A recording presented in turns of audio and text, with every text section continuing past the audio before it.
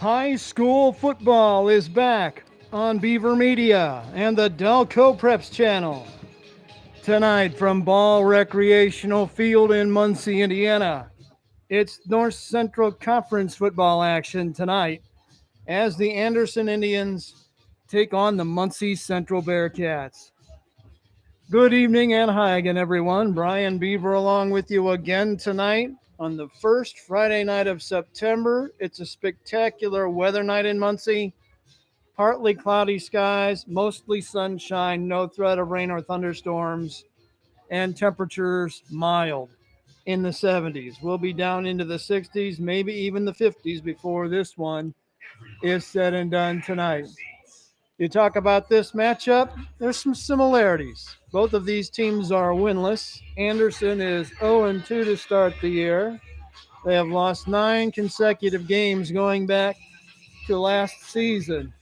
Their most recent win against these Muncie Central Bearcats last year.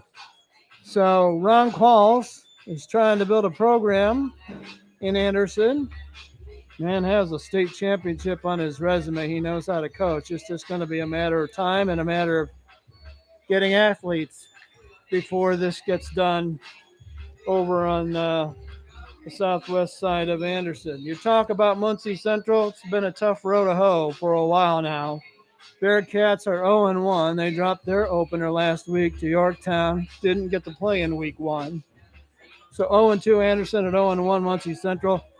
So they've got zeros. They've got relatively small numbers. And the losing streak overall for Muncie Central now 16 games. That goes back to parts of 2018. So over parts of 3 seasons, Bearcats haven't been able to win a game. They are in their second year of the Darrick Lee coaching regime here on North Walnut Street. Coach Lee would love to get his first career victory here tonight and get the kids even at 1-1. And if you're looking for reasons to be optimistic, whoever wins this game tonight will hold at least a share of the North Central Conference lead for a week. So when you're looking for small victories and ways to pile blocks on top of blocks and bricks on top of bricks, you start small and you build up, and getting a win tonight and getting some momentum would be much needed for each one of these teams. Ron Qualls is in his 3rd year at Anderson. He's won 4 games in that time. And, of course, Darrick Lee, as we mentioned, hasn't won a game yet as a head coach here at Muncie Central. So it's going to be interesting to see how this one plays out. I told someone earlier tonight, play the best poker hand you've got in this life. And when you've got an All-American caliber running back like Muncie Central does in Shaka Griffin, you go ahead and you take your chances and see if they can stop your best guy. And hopefully for you, they won't. But Muncie Central needs to get some production out of Shaka Griffin here tonight and be able to go home with the dub and a 1-1 record. This is also going to be senior night for the Muncie Central kids, the football players, and the cheerleaders. And a lot of schools are doing this, trying to get it in while they can, knowing that at any given time they might have to stop playing and call it a season here in 2020 because of the coronavirus outbreak and the COVID-19 pandemic. It's been really tough on the kids, and they would really like to be able to keep their season going, and hopefully they both will play these out and not lose any games to illness in 2020. Lots of schools have already had to cancel, and there's just nothing you can do about it. You play when you can. You sit home and stew about it when you can't. We'll take a timeout. When we come back, we'll take a look at the starting lineups in this one on Beaver Media and the Delco Preps channel. You stay right there. There's just one place where students are students first, and athletics are played with purpose and perspective. That place is your local high school. High school sports offer more than the joy of competition. Studies show that student athletes in Indiana are also likely to enjoy greater levels of achievement in other areas of their lives, including academics. High school sports, a winning part of a complete education. This message presented by the Indiana High School Athletic Association and the Indiana Interscholastic Athletic Administrators Association. The world of high school sports is filled with athletes who possess the eye of the tiger and whose focus and determination enables them to soar like eagles. The games themselves can't be played without a few zebras. Becoming an IHSAA official is a great way to be part of the action and to support Indiana's healthy tradition of high school athletics. Visit IHSAA.org and get in the game. This message brought to you by the IHSAA and the high schools in your community. A 50-50 ball, an elbow to the ribs, a sudden flash of tempers. In sports, anything can happen in the heat of the moment. The Indiana High School Athletic Association reminds you that when cooler heads prevail, everybody wins. When the game heats up, will you keep your cool? This message brought to you by the Indiana High School Athletic Association and the high schools in your community.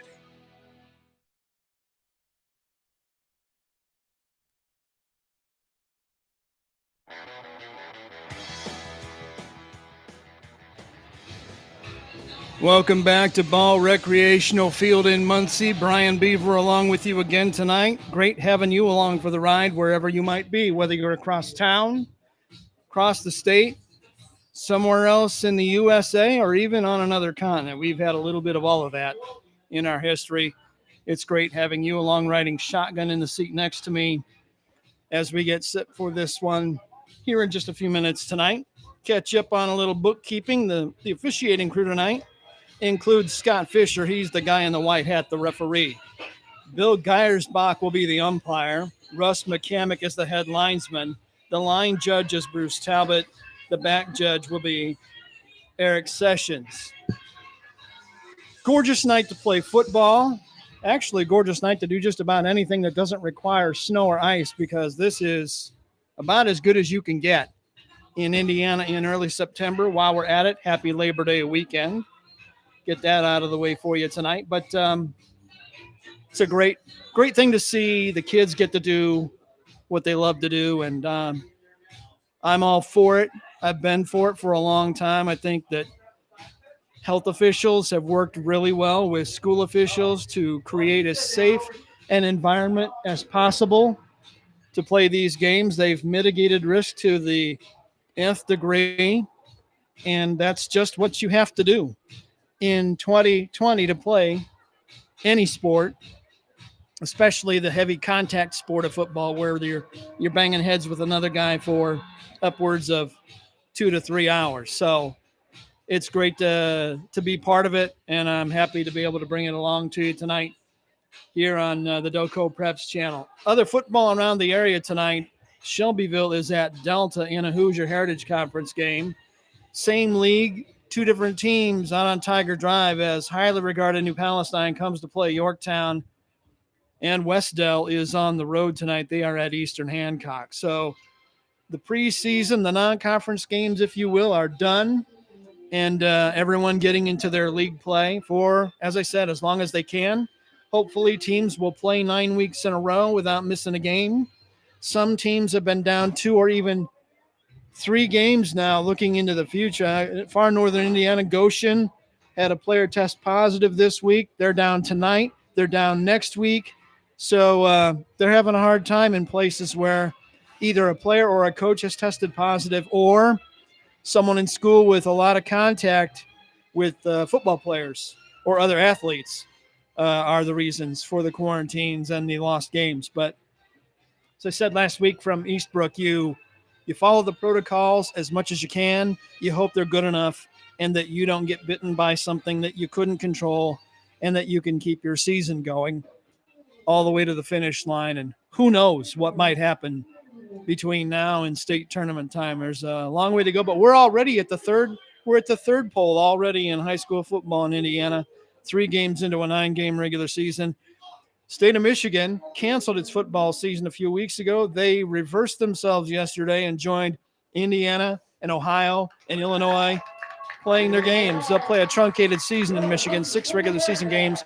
You hear the crowd come to life here on the near side as Muncie Central takes the field tonight for this one against Anderson. And, in Michigan, they're looking at finishing their season in early December.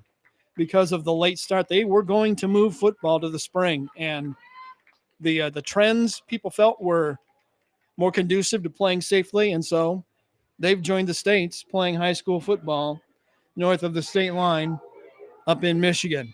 Bearcats will be decked out in a lot of bright purple tonight. Purple pants, purple jerseys, white numbers, white helmets with the purple M on the side. They look sharp for head coach Darek Lee. Anderson has not taken the field yet, but they will shortly.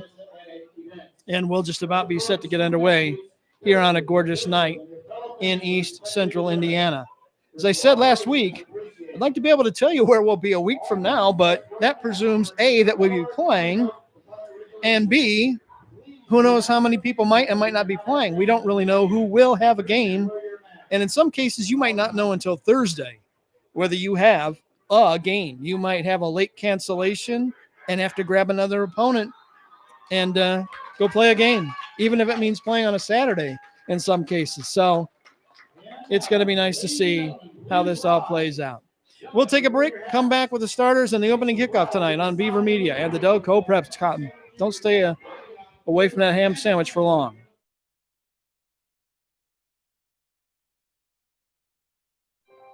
More than 7.7 million American teenagers participate in high school sports every year, including about 152,000 here in Indiana. They're all learning essential life lessons, like the importance of hard work, time management, and self-discipline, skills that are helping them become better leaders and more active, responsible citizens. This message presented by the Indiana High School Athletic Association and the Indiana Interscholastic Athletic Administrators Association. Who do I play high school softball for? I play for my mom and dad who've never missed a game.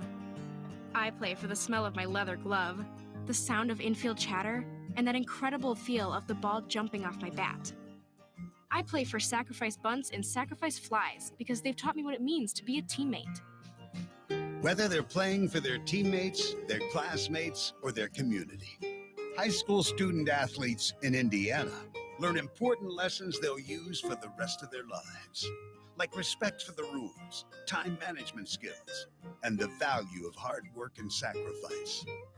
I play high school softball for my friends who decorate my locker before every big game. That's who I play for. Play for keeps. Play for fun. Play on. This message presented by the Indiana High School Athletic Association and the Indiana Interscholastic Athletic Administrators Association. Who do I play high school softball for? I play for my mom and dad who've never missed a game. Whether they're playing for their teammates, their classmates, or their community, high school student athletes in Indiana learn important lessons they'll use for the rest of their lives, like respect for the rules and the value of hard work and sacrifice. This message presented by the Indiana High School Athletic Association and the Indiana Interscholastic Athletic Administrators Association.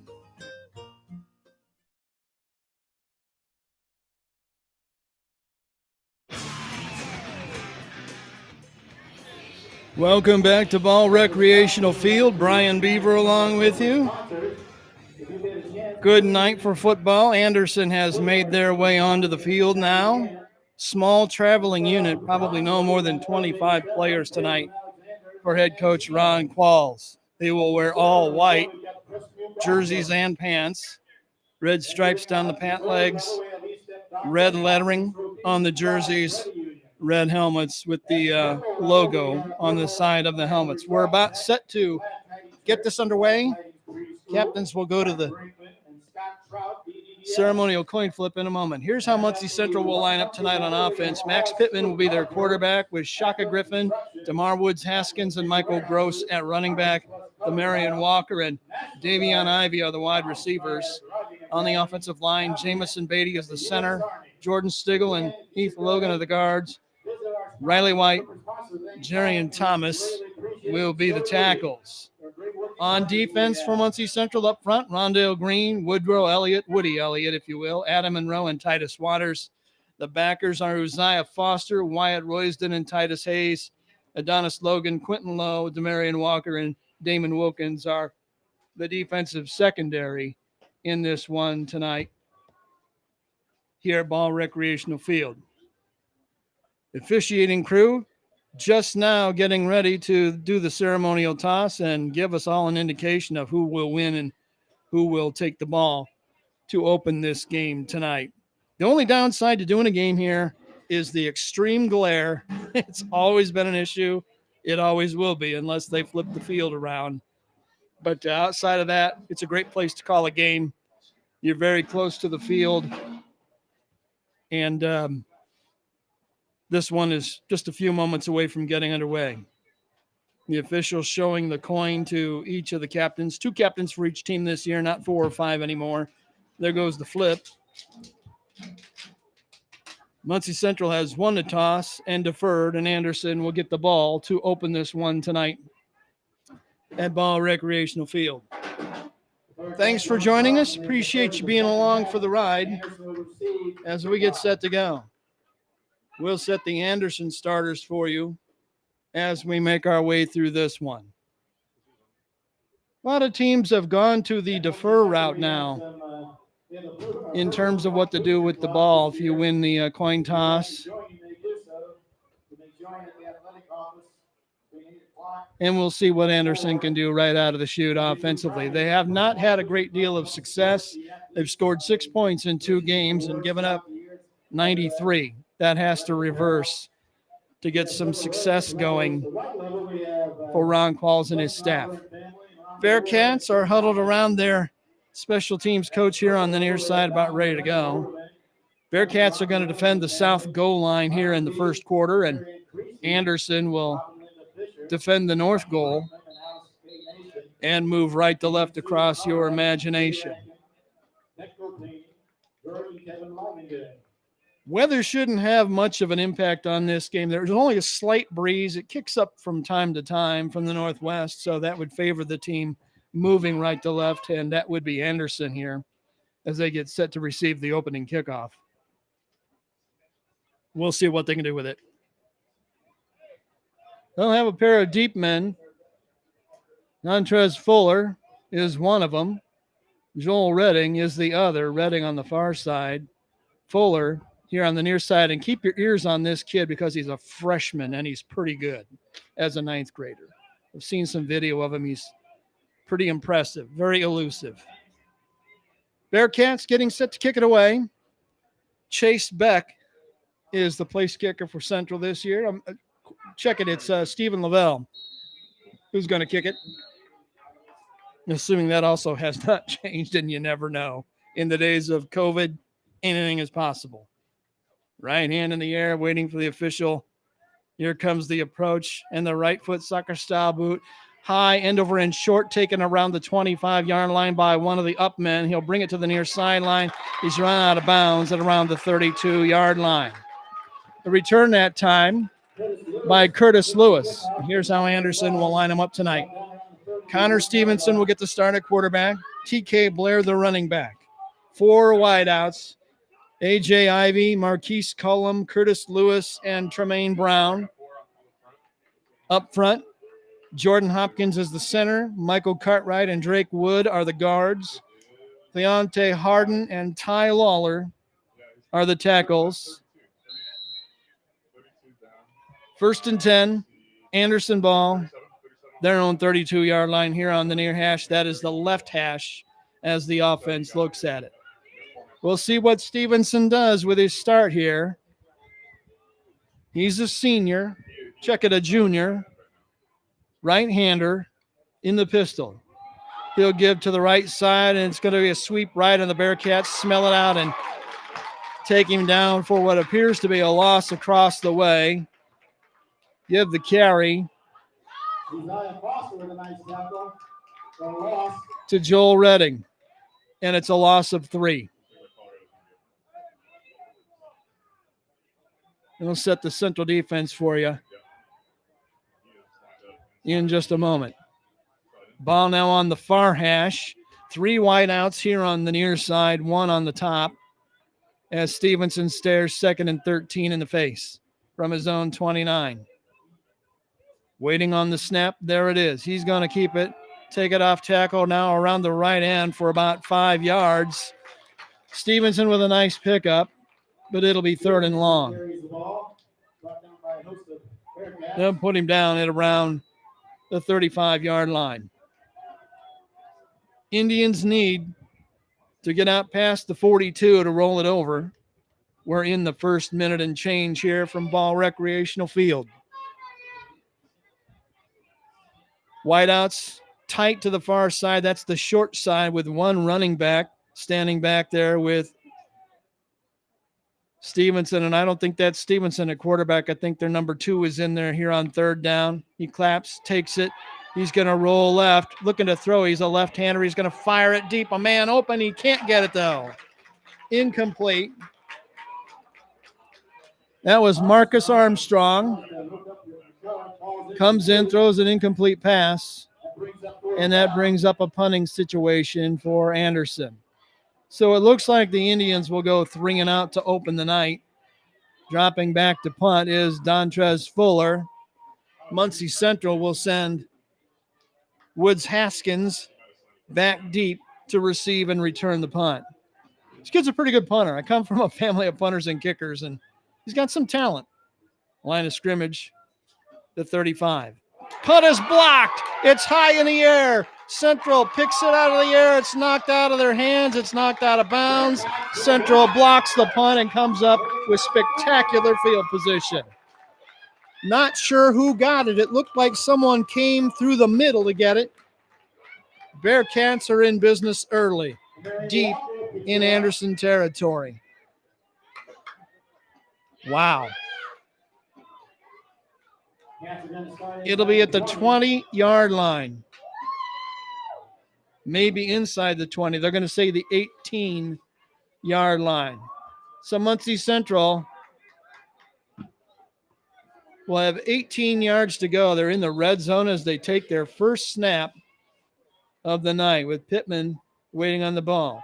He'll give to the right side. It looks like Shaka Griffin with a lot of running room down the middle. He'll be close to the first down. They'll mark him just a little short on a gain of 9. Good start for the junior powerhouse. He's like trying to tackle a bowling ball with butter on your hands. He is an arm load and a half. 2nd and a yard to go at the 9-yard line. Bearcats trying to capitalize on an opening quarter punt block. Pittman waiting on the snap, man in motion this way. Handoff to the left side. Griffin has enough for the first down as he buries his head and plows forward. Looks like he got 2 yards. Are they going to say 3rd down? No, they're not. It's a first down. Trust my instincts. Been doing this a long time. So 1st and goal for the Bearcats. 11 yards rushing on 2 plays, and Central pounding on the door hard at the Anderson 8-yard line on the far hash. Man in motion to the far side. Misdirection give, and Shaka Griffin will waltz into the end zone without anyone touching him. Touchdown, Central. All Shaka all the time. Central goes 18 yards and a handful of plays. 3 Shaka Griffin runs, and the Bearcats lead this one 6-0. Steven Lavelle on to try to PAT.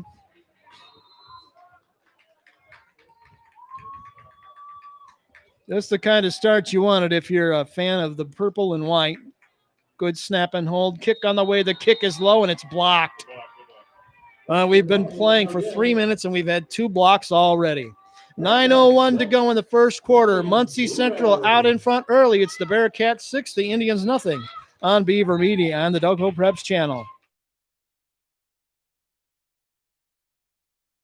Who do I play high school softball for?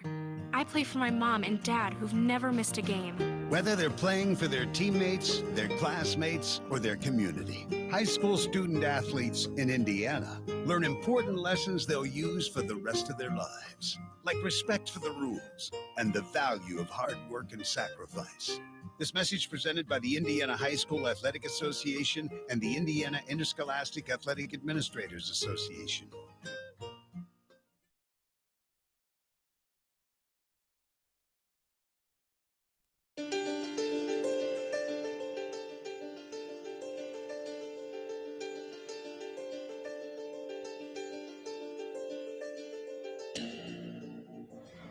Welcome back to the ball game. Muncie Central breaks out in front early following a blocked punt.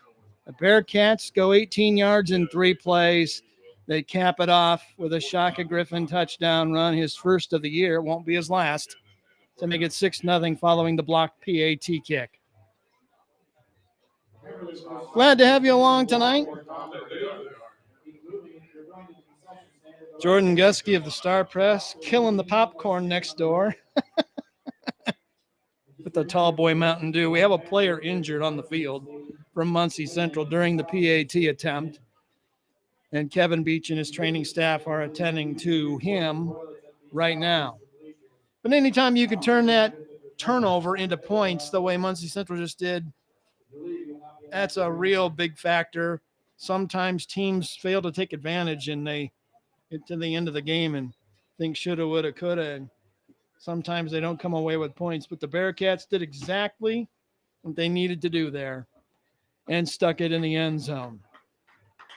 And you hear the applause for the injured player who is up and doing the Fred Sanford gimp walk on one bad ankle.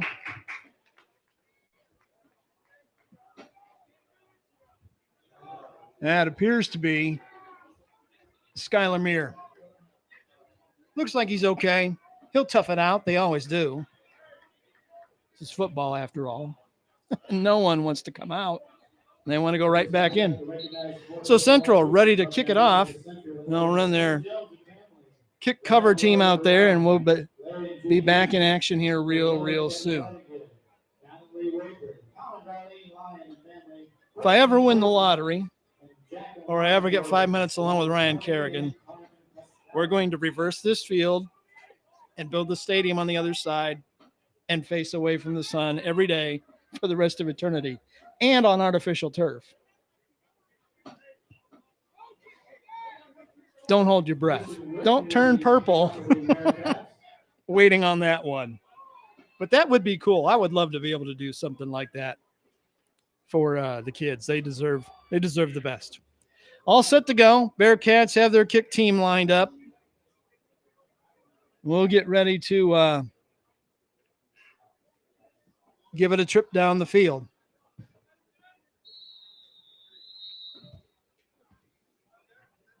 Two deep men waiting and around the 10-yard line for the Indians as they trail 6-0. Another high, short end over end kick. It'll come down around the 22. The receiver will take it to the right. Now finds a seam in the middle, out across the 40. Right about the 40-yard line where they'll get him down. That was a nice return that time by Curtis Lewis. And the Indians will open this drive at around the 39-yard line.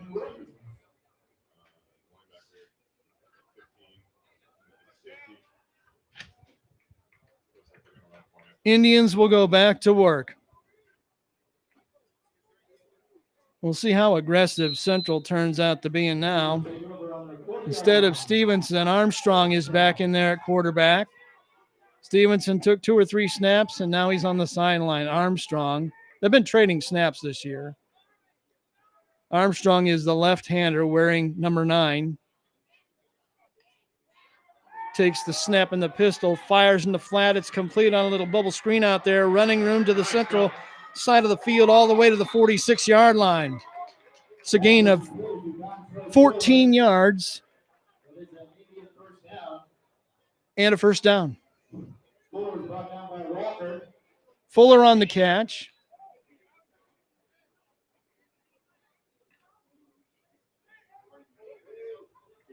First and 10 at the Muncie Central 45. Armstrong stays in there at QB. Ball on the far hash right in front of us. We are at the 45-yard line. We're looking right down the line. Here's a straight ahead give inside. About a 4-yard run.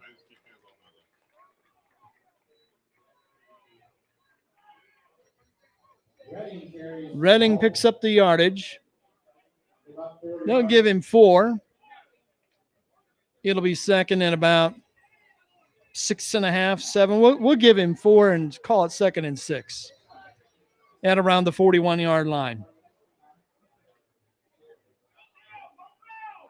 Armstrong in the pistol, about 5 yards behind the center, waiting on that snap. 3 wideouts here on the near side, 1 running back in there, and he'll take it and keep it, go around the right corner, gets to the stick and beyond as he's run out of bounds across the way at around the 32-yard line. It's a 9-yard gain and another Anderson first down.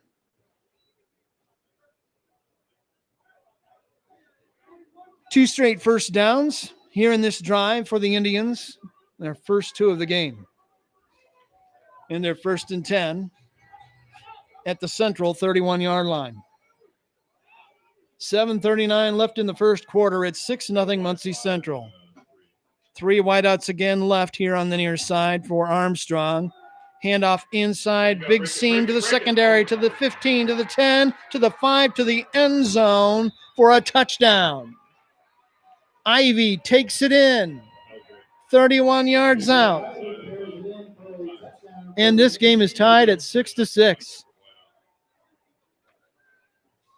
Beautiful run. Once he got to the secondary and found the seam and no one was home, he was home free.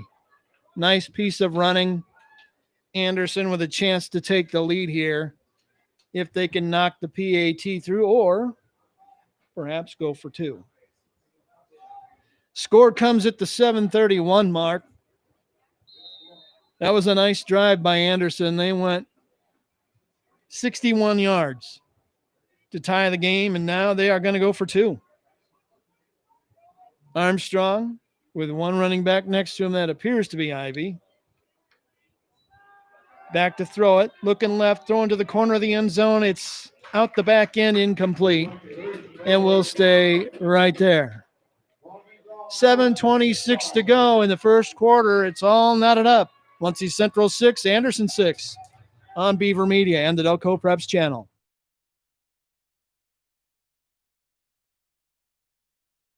This is what matters. This is beyond X's and O's. This is the difference mutual respect makes. This is what character looks like. This is what defines us in Indiana. This is sportsmanship. School sports. It's not the outcome that matters most, but the way the games are played. This message presented by the Indiana High School Athletic Association and the Indiana Interscholastic Athletic Administrators Association.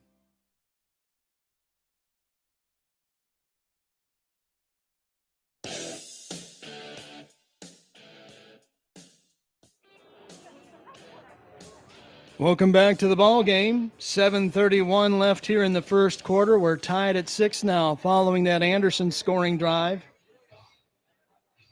And it went 61 yards and tacked it on with a big play, a 31-yard touchdown run by A.J. Ivory. So we've settled not a thing. And the Bearcats will get a chance to return the first kick tonight following the Anderson score.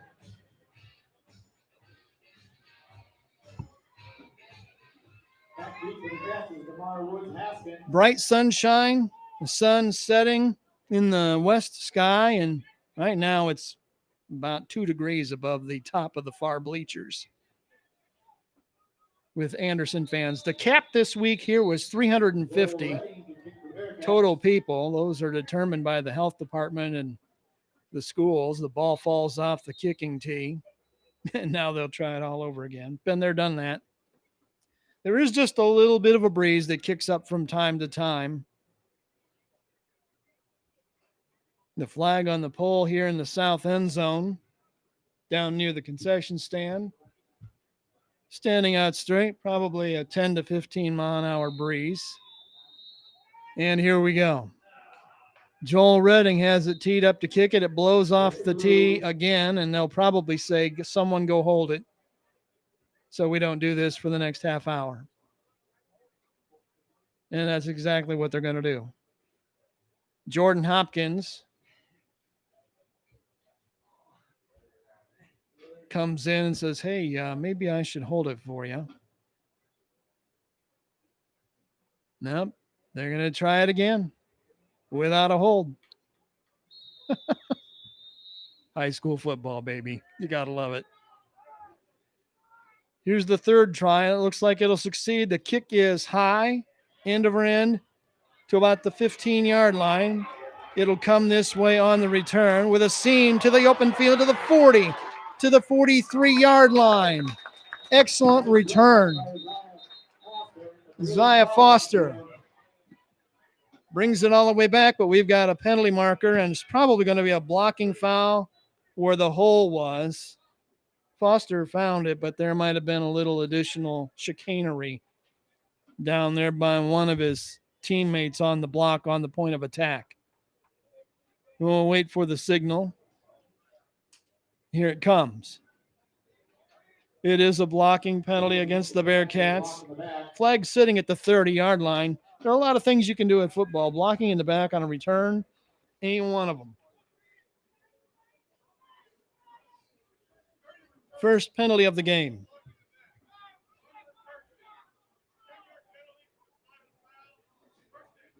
Ten-yard mark off. And Central will start this possession at their own 20-yard line.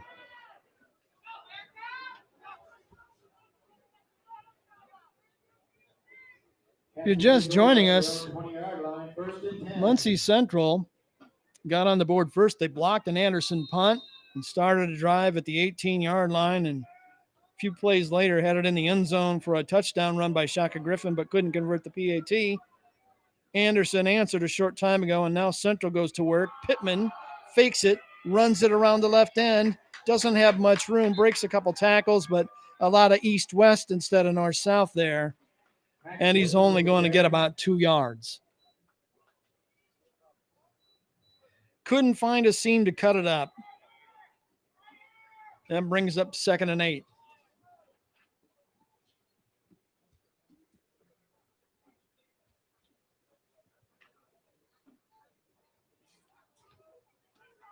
Two men break the huddle, come wide here on the near side. That's Woods Haskins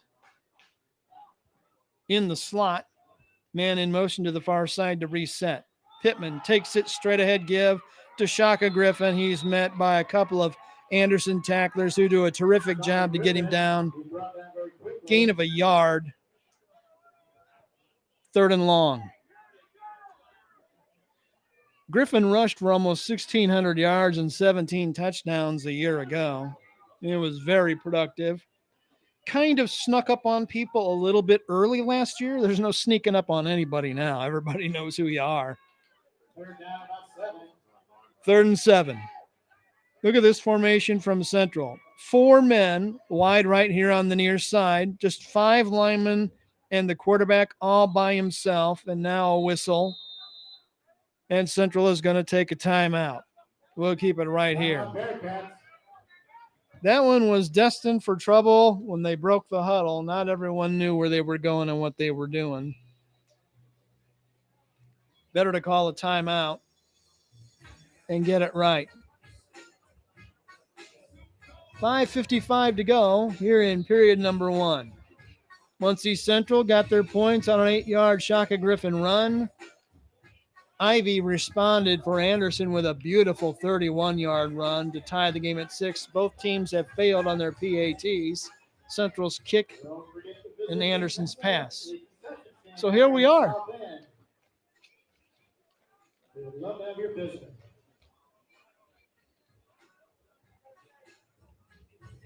If memory serves me correctly, I think it does, next week is the game, Yorktown and Delta.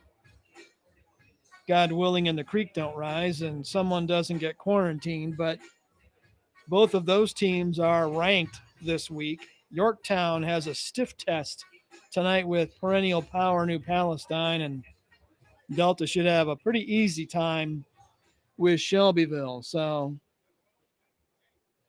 some pretty good football being played early on in the pandemic crazy year of 2020, both at Delta and at Yorktown.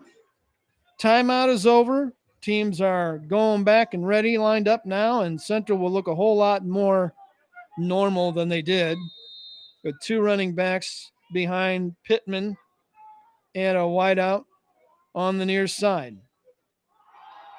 It's a handoff straight ahead. Griffin breaks a couple tackles, barrels his way out to the 35-yard line. A 12-yard run for a Muncie Central first down.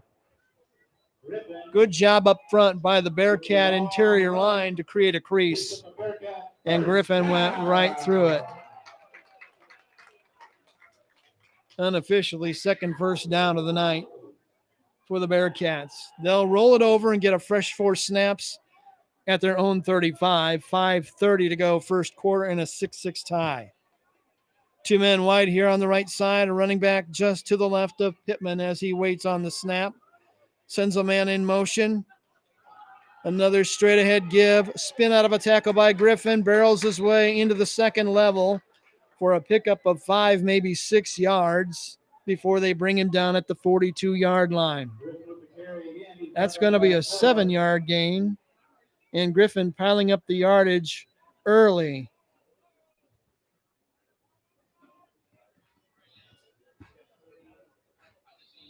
$39 yards unofficially, 6 carries for Shaka Griffin. First real productive series of the year for him. He's really running well tonight. On second and short, do you put it in the air? Nope. Griffin again with the handoff. This time they bottle him up for a loss. Nice job by the Anderson defense. They drop him for a -2. And it'll be third and medium. 5 yards to go at the Bearcat 40-yard line. Some pretty good size up front for Anderson. They go 235, 225, 205. 3-man front, 4 backers, 4 DBs. They have a couple pretty quick players. They blitz quite a bit, more than typical. Looks like they're coming here, and they are. Griffin runs right by the run blitz, and he's out near the stick, but going to be short. Griffin took it to around the 44. That should bring up fourth down. They'll give him 3, a fat 3, short 4. And that brings up fourth and about 2. Do the Bearcats go or do they punt? I think they're probably going to punt. They may line up and try to draw Anderson offside here, but you're at your 43. You might want to not go risky. And late now, the Bearcats are going to run different personnel on the field with the play clock at 10, and now you got to hustle. They may not get this off in time, and they're not going to get it off in time. They've got to take a timeout. We'll take the break with you. 3:12 to go first quarter. It's a 6-6 tie between Muncie Central and Anderson on Beaver Media and the Delco Preps channel.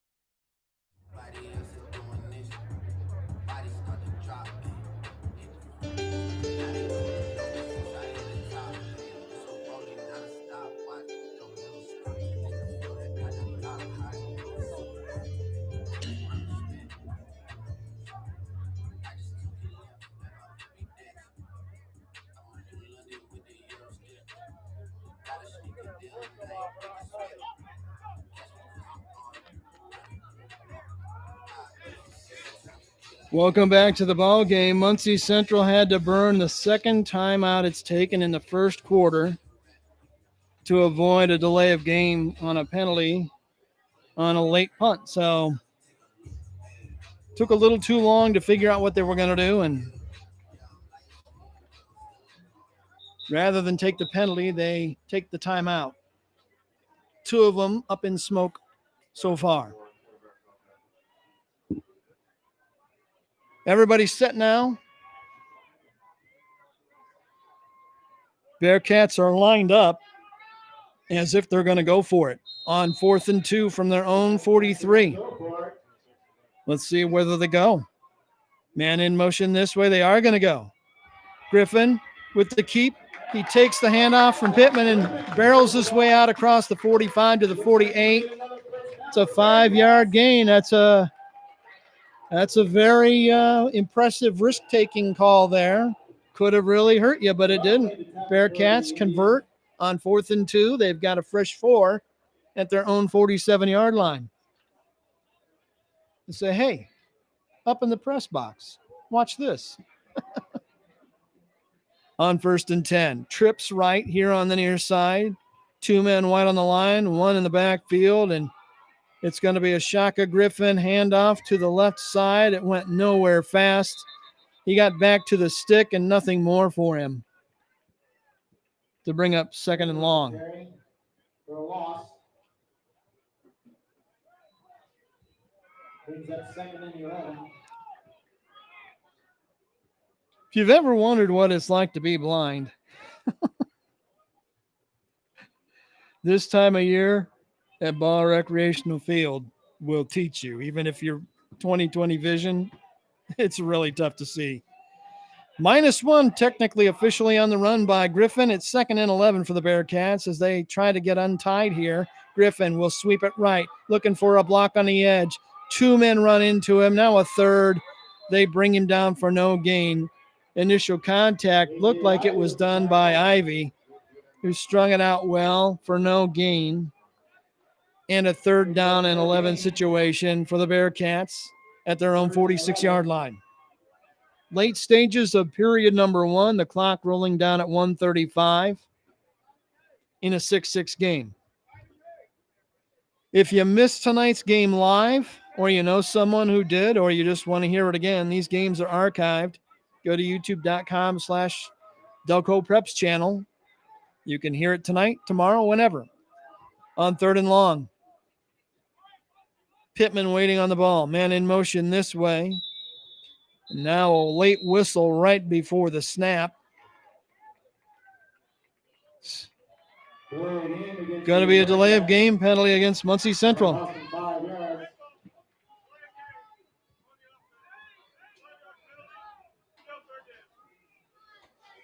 That'll bring up 3rd and 16. Second penalty by the Bearcats. And now they're on their own 41. We'll see if they go to the air. Pittman hasn't thrown a pass yet. It's been the Shaka Griffin show on the ground. But you might put it up. Wideouts either side, 2 on top, 1 in the slot, and he'll go in motion. That's Woods Haskins.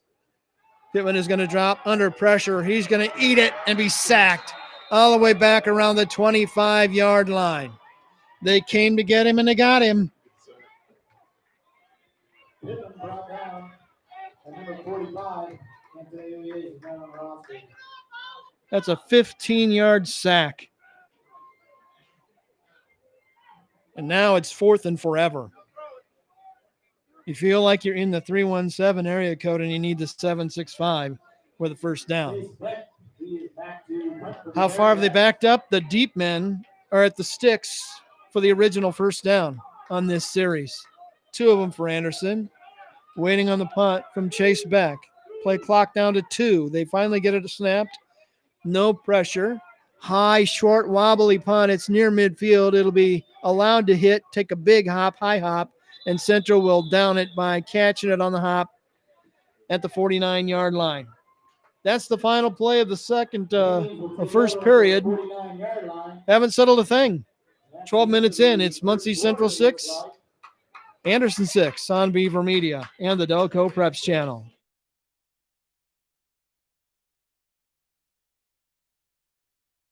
There's just one place where students are students first, and athletics are played with purpose and perspective. That place is your local high school. High school sports offer more than the joy of competition. Studies show that student athletes in Indiana are also likely to enjoy greater levels of achievement in other areas of their lives, including academics. High school sports, a winning part of a complete education.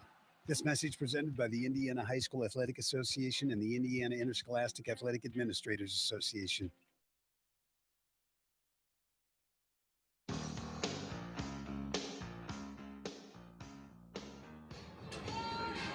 Welcome back to the ballpark. We move to period number 2.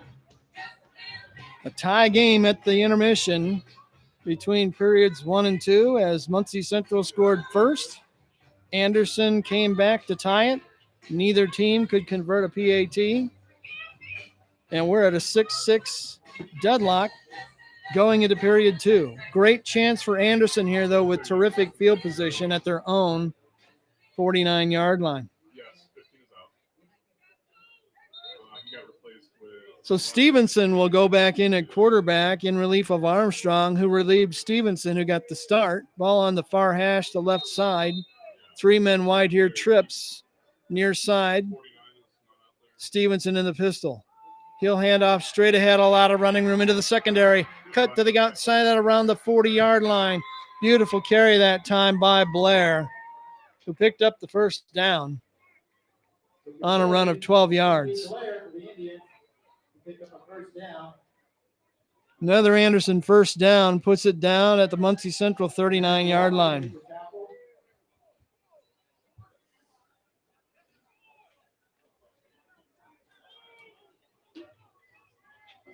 Anderson with a great chance to get the lead here if they can cap off a short drive. 3 men wide here on the near side again, 2 in the slot on 1st and 10. Here's a give inside. Lots of running room to the outside as he bounces it toward the sideline. A terrific run that time by Redding. Looks like he'll have another first down. See where they finally get him. It looks like around the 25. Make it the 22. 17-yard run for Redding. It's a good-looking runner. Back-to-back first downs by Anderson.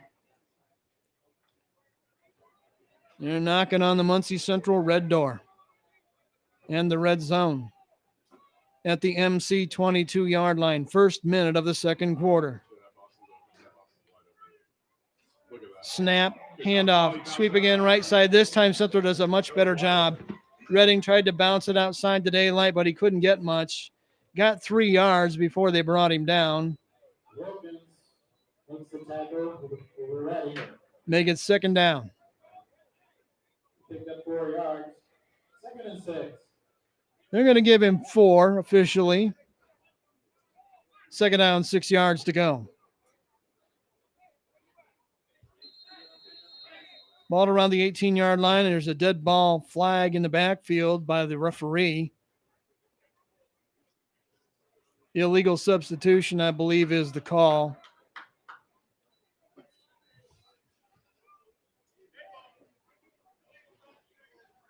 That's what it is.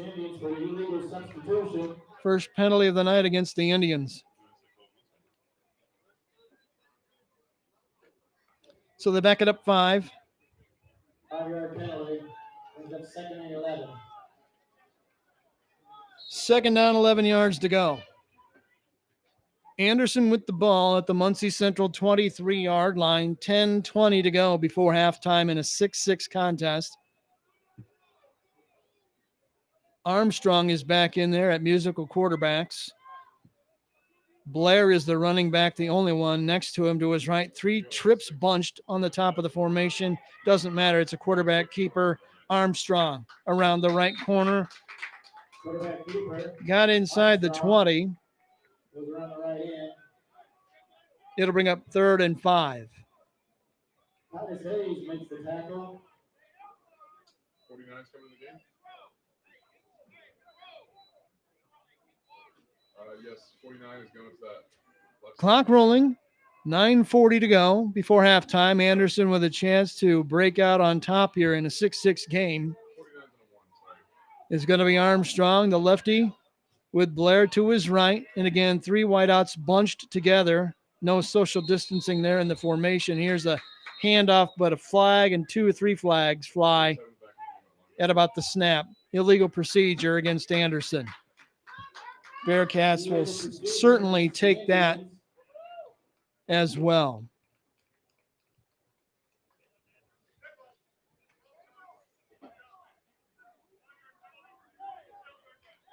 That'll back the ball up to the 22-yard line.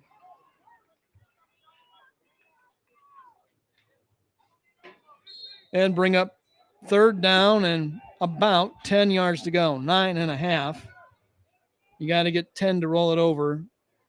Now Blair will line up in the backfield next to his quarterback and two men wide, one in the slot to the left for Anderson. Clap, the snap. Looks to throw under pressure. High, deep ball to the far end zone. It might be picked off. It's not. Should have been.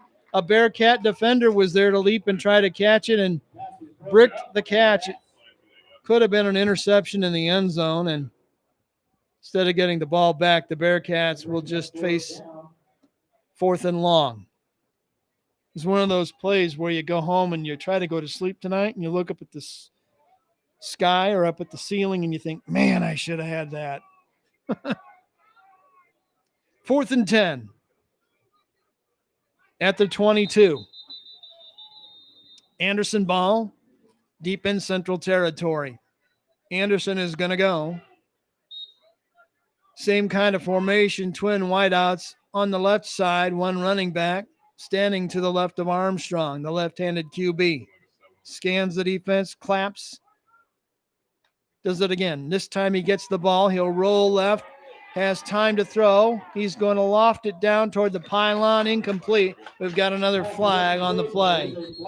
Let's wait and see how this one unfolds. Flag sitting at around the 15-yard line or so. If you're Central, you'd hate to eat this one. Nope, it's going to be on Anderson again.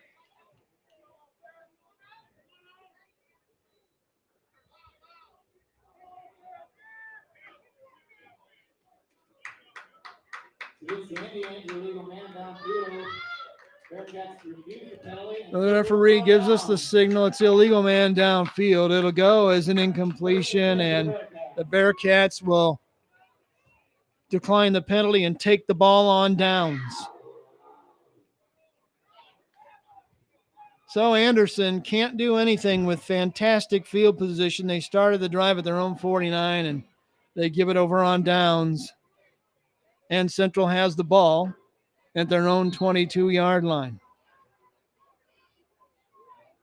8:55 to go before halftime.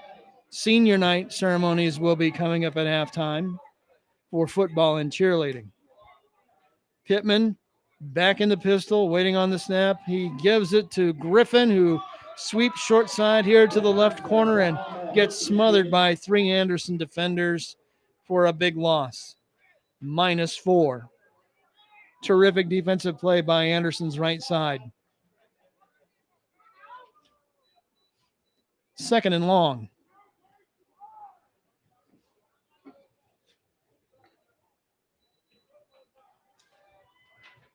Shade, shade, I say. My kingdom for some shade. On 2nd and 14, Pittman with a running back next to him, wants to throw, has time. Now it's knocked out of his hands and wobbles out. Was it a pass or a fumble? The referee calling it an incomplete pass right away. That'll make it 3rd and long. 3rd and 14. Pittman comes to the sideline before the next play and says, I'm not sure what happened there. Pressure comes from the backside, your blind side as the right-handed quarterback, and there's not a whole lot you can do except try to make you throw and hope you don't get killed back there. 3rd and 14. Central ball at their own 18-yard line here on the near hash. Twin wideouts on top, twin on the bottom. Long throw down the sideline here on the near side. It's broken up and incomplete around midfield. Pass one is intended that time for Davion Ivey. It was broken up defensively by Curtis Lewis. Central fans wanted pass interference. Both men have a right to make a play on the ball. And that makes it 4th down. 8:08 to go.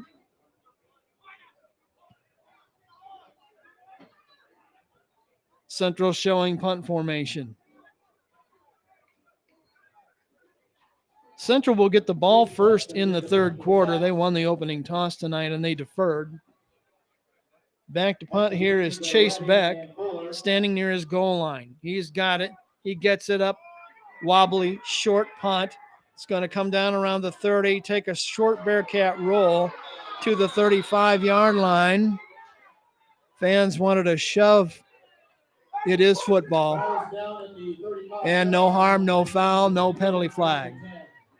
It's a 6-6 game, just under 8 minutes before halftime. Back with more after this on Beaver Media and the Delco Preps channel.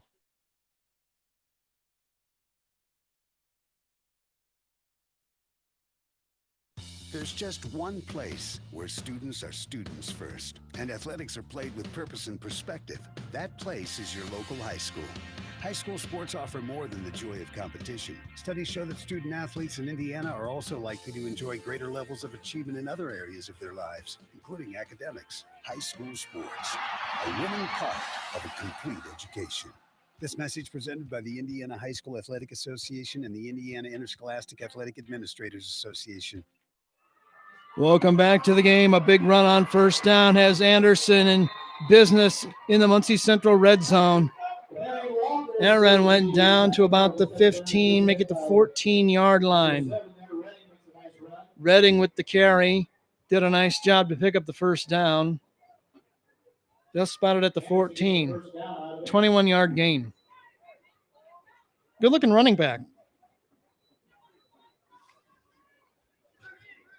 Look at these two teams, and it's really more about consistency and execution than lack of talent. They don't have no talent. There's some good players on both these ball clubs. 1st and 10, Anderson knocking on the door in a 6-6 tie. Stevenson is the quarterback again. He'll sweep it left side this time. Gets strung out. Can't go very far. He tries the left side. Tried to get to the corner and the sideline. Couldn't get a lot, and he got maybe a long 2, a short 3.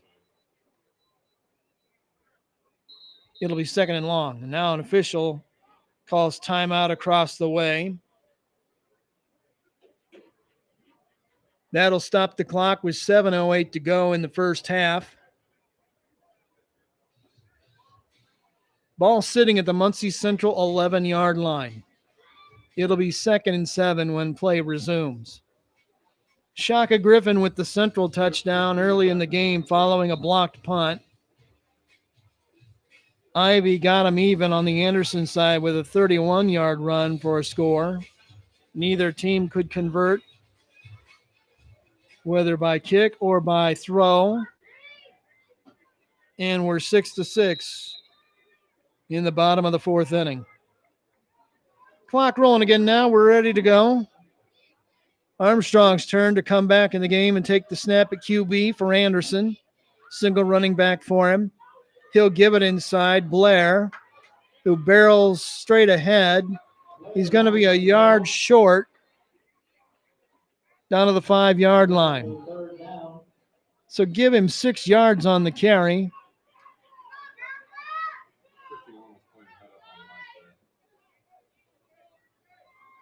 Third down.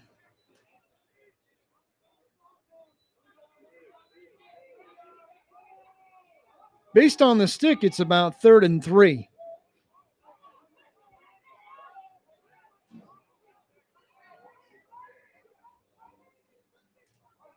Two men wide here, make it 3 wide here on the near side. Armstrong is going to take the snap, head for the end zone on the left side, and he's in for the Anderson touchdown. Armstrong rumbles in on the left end for a touchdown for the Anderson Indians. Indians cap off a drive with the keeper. Armstrong takes it in for the touchdown. And that makes it a 12-6 game.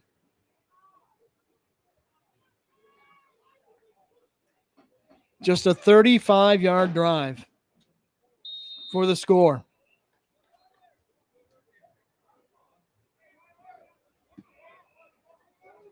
Brian Callahan is the place kicker for Anderson, but they are going to say no to the kick and yes to the 2-point try. 3 men, make it 4 men wide right, 1 by himself left. Empty backfield for the quarterback, and now motion and a whistle and a flag before the snap on the conversion. It's going to be procedure against Anderson. Against the Anderson Indians, procedure.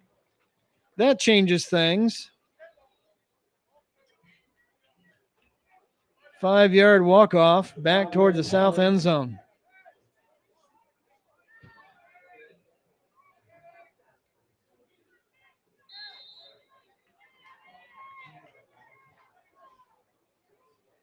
Indians are going to go for 2 again anyway.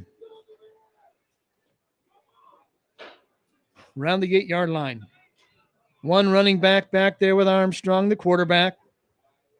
He'll take it, throw on a slant on the left side. It is knocked in the air and incomplete. No good again on the PAT try. 6:06 to go here in the second quarter. Anderson has gotten back on top. It's the Indians 12, the Bearcats 6 on Beaver Media and the Delco Preps channel.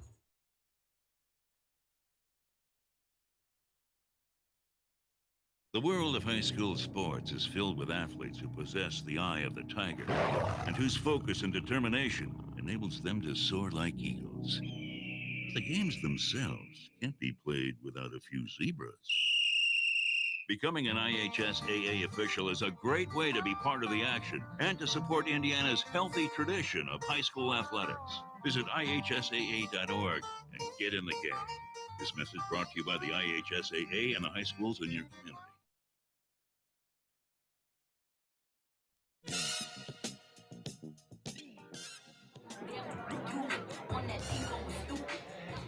Welcome back to Ball Recreational Field. We head for the back half of period number 2 with Muncie Central trailing now 12-6 following that 35-yard drive for the go-ahead score by Anderson. Bearcats need a spark here. 12 unanswered points by the Indians. Anderson has had 4 offensive possessions. They've scored twice, punted the other time. The first time and turned it over on downs the second time. Central scored on their opening drive. They went 82 yards for a touchdown. Haven't done anything since then. 2 punts in their subsequent drives. So they need to get the ball rolling, and they need to get a little something happening on the offensive end. They might have been a little one-dimensional so far tonight. They have had the ball in Shaka Griffin's hands almost exclusively, and you're going to need to keep the defense honest at some point. Redding is back to kick it off for Anderson. Off the right hash, right in front of us. 3 deep man for Central waiting on it. It's a low down the middle line drive bouncer. It's taken at the 15 and brought ahead to the 25 to the 30 on a nice return that time. Edamar Woods-Haskins. We'll see where they finally spot him down. It looks like it's going to be around the 34-yard line.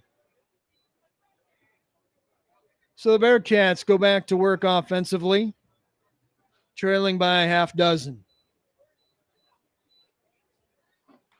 Shaka Griffin has already piled up 12 carries in the game.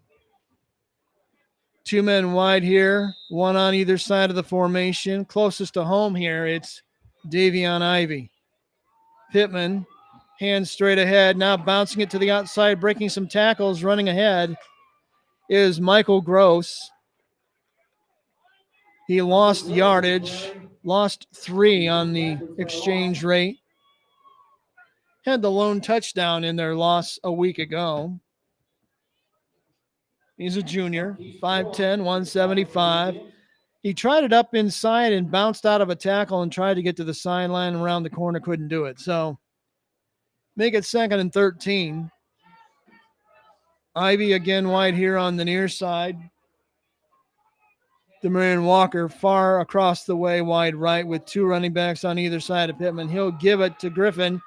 Cuts to the outside, Good open field, man-on-man, one-on-one tackle by an Anderson defender back there. They haven't unpiled him yet, but that was a whale of a play to bring down Shaka Griffin for about no gain.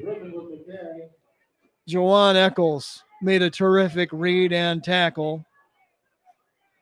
He might be their best defender. You watch him on video, they like to blitz him a lot, and he's really, really quick off the ball. You think of a guy who can shoot the gap, it's 45 in white. He's really good at it. Third down, 15 yards to go. Central at their own 28. Back to pass. Pittman, it's a screen. Complete over the middle. Griffin with a chance to get to the edge, but he can't do it. He's run down from behind by a pair of Anderson tacklers. Got about 3 yards on the completion from Pittman. They tried the screen, but it comes up short. It'll be 4th and long. An Anderson player down injured as they come out to tend to him near where the tackle was made.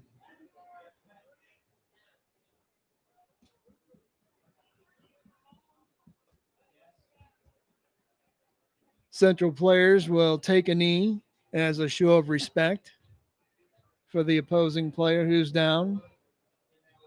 4:15 left here in the second quarter. Thankfully, Old Saul is behind the tree line on the far side of Wheeling Avenue, and we've got some shade and we can see we can see Gladys.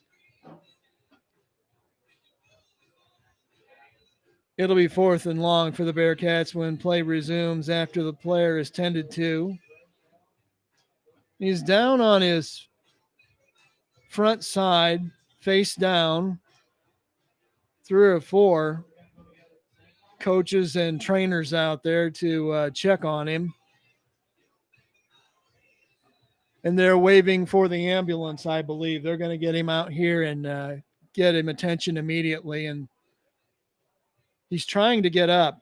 He's trying to get up, and the coaching staffs and trainers are trying to get him to stay down. You don't want to mess with a potential upper body injury, head, neck, what it could be. They're going to be really careful with him, and they're going to bring the paramedics in the ambulance out onto the field. We'll take a break. 4:15 to go before halftime. A 12-6 game. Central trailing Anderson on Beaver Media and the Doco Preps channel.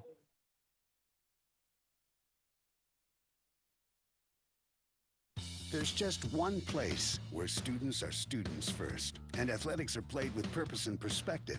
That place is your local high school. High school sports offer more than the joy of competition. Studies show that student athletes in Indiana are also likely to enjoy greater levels of achievement in other areas of their lives, including academics. High school sports, a winning part of a complete education. This message presented by the Indiana High School Athletic Association and the Indiana Interscholastic Athletic Administrators Association.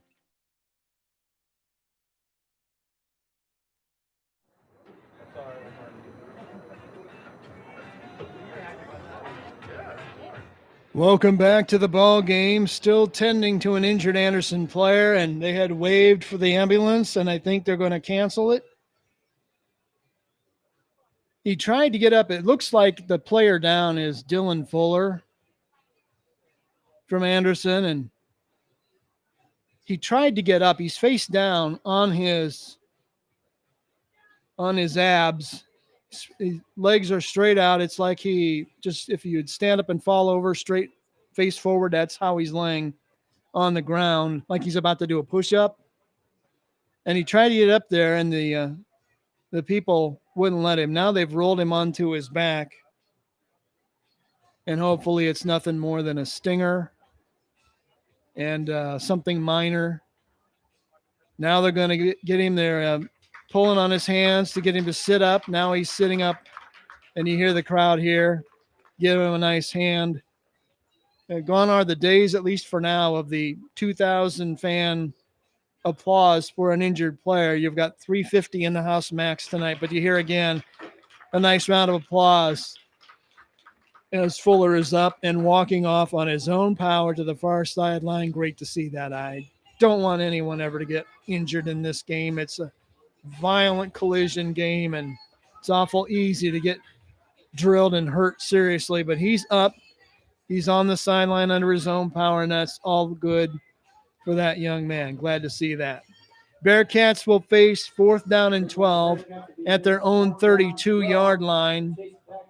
Looks like it'll be punt time for Chase Beck.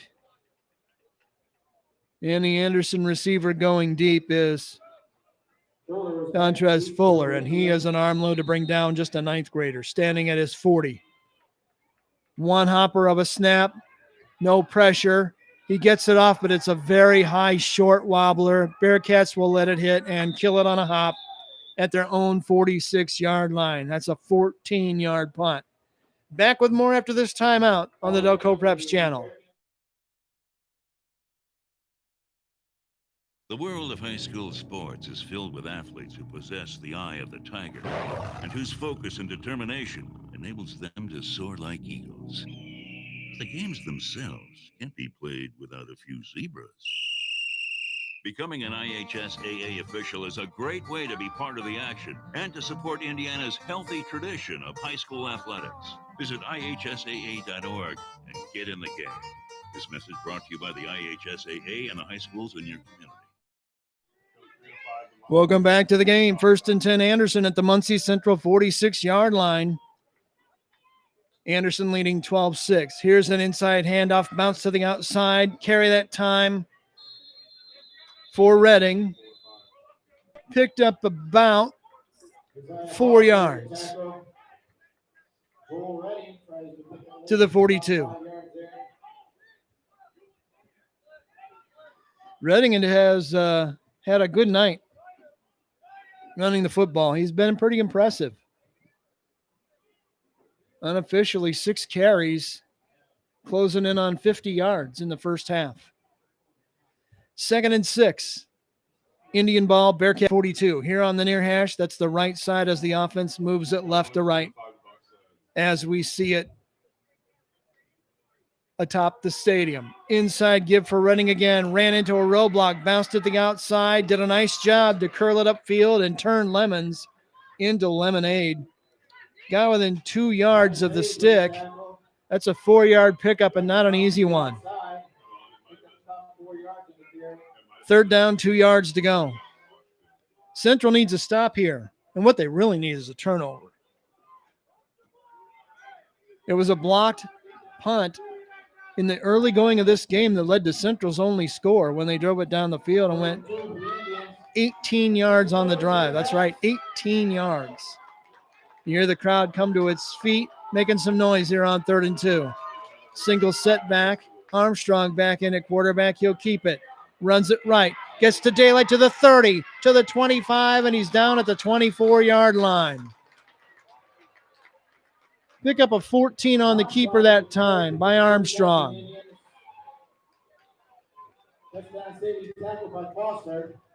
Another first down for the Indians. 2.5 minutes to go before halftime.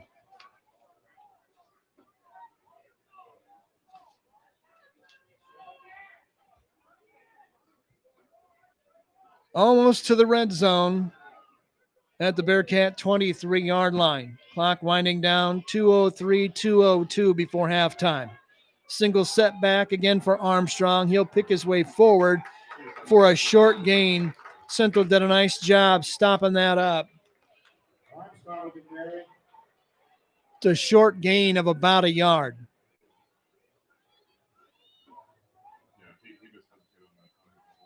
Woody Elliott with the tackle. Woody Elliott with credit for the stop. 2nd and 9. Time a factor now at 1:25 to go before the intermission. Armstrong waiting on the pistol snap. He'll give it to Redding. Redding with a short gain into the middle of the defense. He's going to be shy of the first down. Got 5 yards. It's going to be 3rd down and 3. And you got to hurry if you're Anderson. The clock is at 1:02 and rolling. You don't want to give up this opportunity to stick it in the end zone, leading 12-6. Here come the Indians.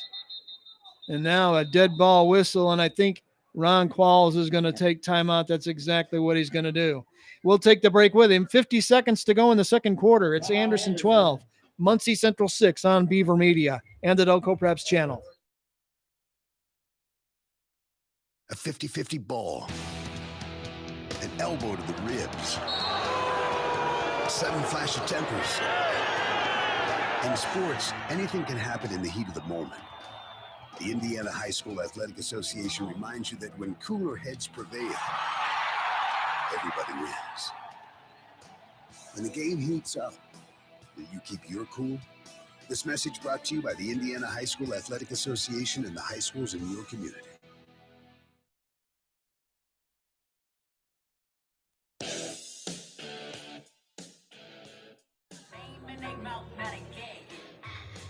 Welcome back to the ball game. We're 50 seconds from halftime here at Ball Recreational Field. Anderson out in front of Muncie Central, 12-6. When play resumes, it'll be 3rd down and 3 yards to go for Anderson at the Muncie Central 16-yard line. Golden opportunity to get points here. We'll see what they choose to do. Indians are huddled out on the field near the hash marks with their coaches. Now they'll come out and be ready to go. And you always hope that you run a clean play coming out of a timeout. Everybody on the same page. Everybody know the snap count. Don't jump offside. You know the checklist if you're an offensive player. Armstrong, the left-handed quarterback in there. As Blair to his left a couple steps. 3 wideouts, far side near the sideline. That's wide left. Armstrong is going to sweep it left, looking for a block. A defender comes up with a great tackle from the DB side. That was Demarion Walker, who came up there and made a terrific play to keep it to a 1-yard gain and another player down for Anderson. That was a great defensive play by Demarion Walker. Clock stops with 38 seconds to go. That could have gone for a big one. Demarion Walker might have saved a touchdown, because if he doesn't get him, he's in the gap, bobbing, weaving, and leaving. 38 seconds to go. Another timeout taken. We'll keep it right here as Anderson talks it over again. In a game this close and this tight, you would just hate to get down here in the red zone and not get points. Anderson can get a first down without scoring a touchdown. It's 4th and 2 at the Bearcat 15-yard line on the far hash on the left side of the field as the offense looks at it, but you really don't want to squander this. Bearcats are 1 stop away here from keeping it a 1-score game on the purple defense. Glad you're along for the ride tonight. One of these teams is going home with their first win of the year tonight. They'll share first place in the NCC for a week with the other teams that win their league openers tonight.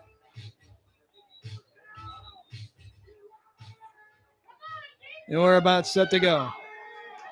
Anderson coming out for 4th and 2. You hear the Bearcat crowd here on the near sideline. Trips wide right. That's on the near side now. Armstrong, the quarterback.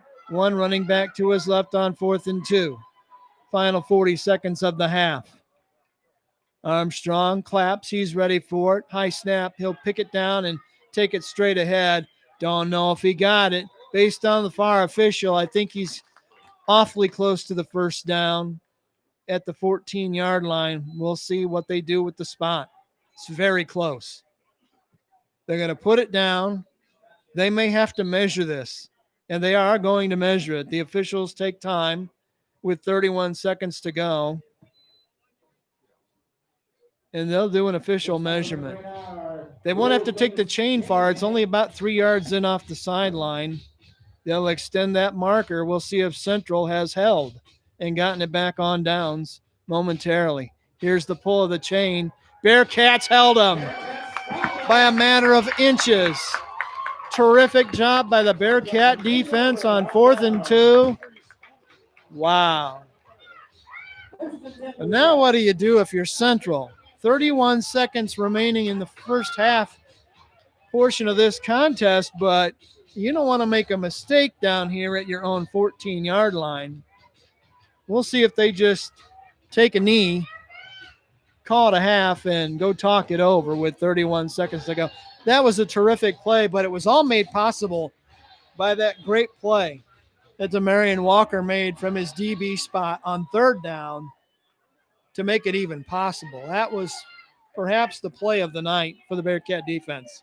1st and 10 Cats at their own 13. We'll see if Pittman puts it in the air. He's in the pistol.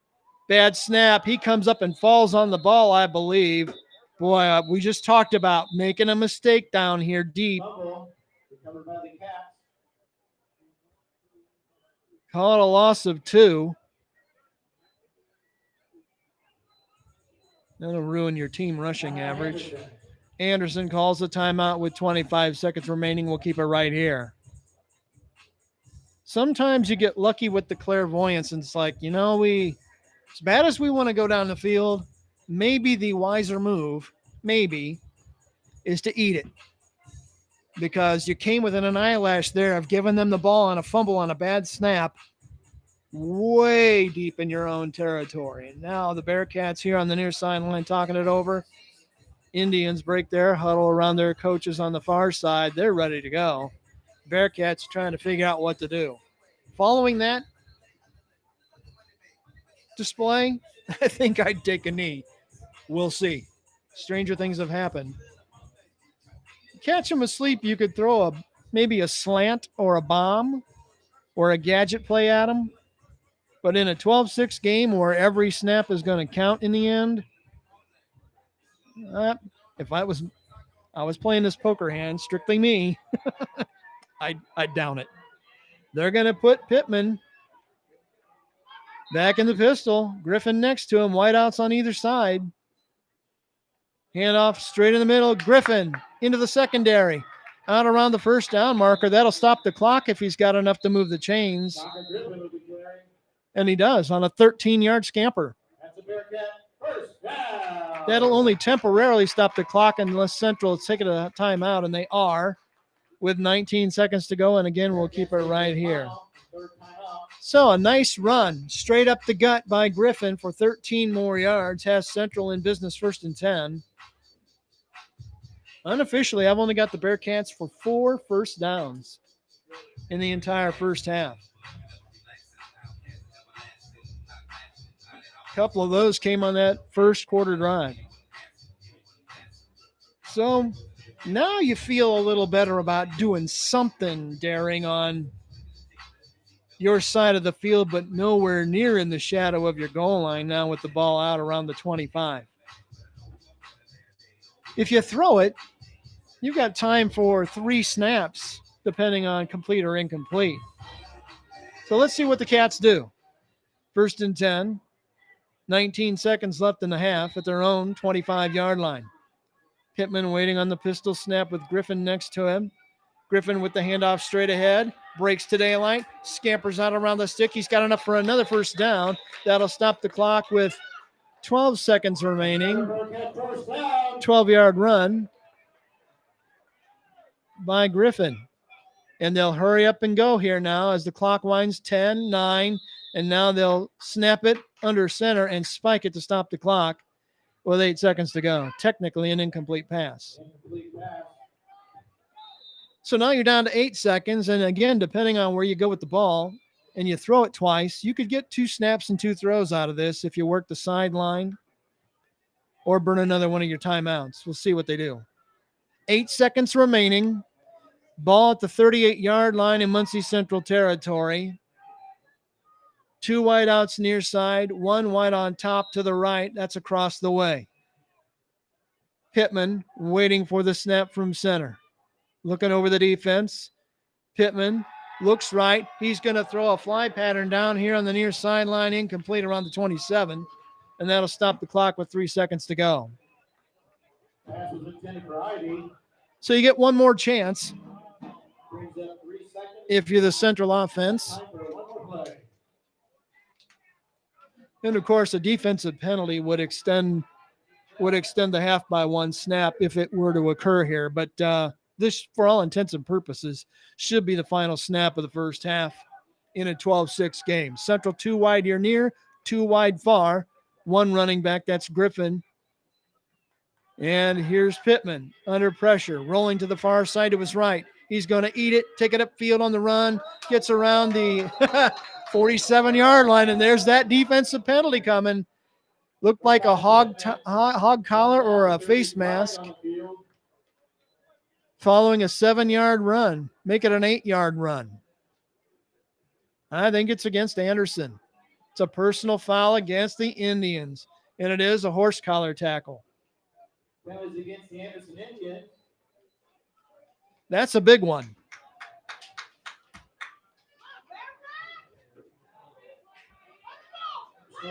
Foul. That's going to move the ball all the way to the Anderson 38-yard line. 15 big ones.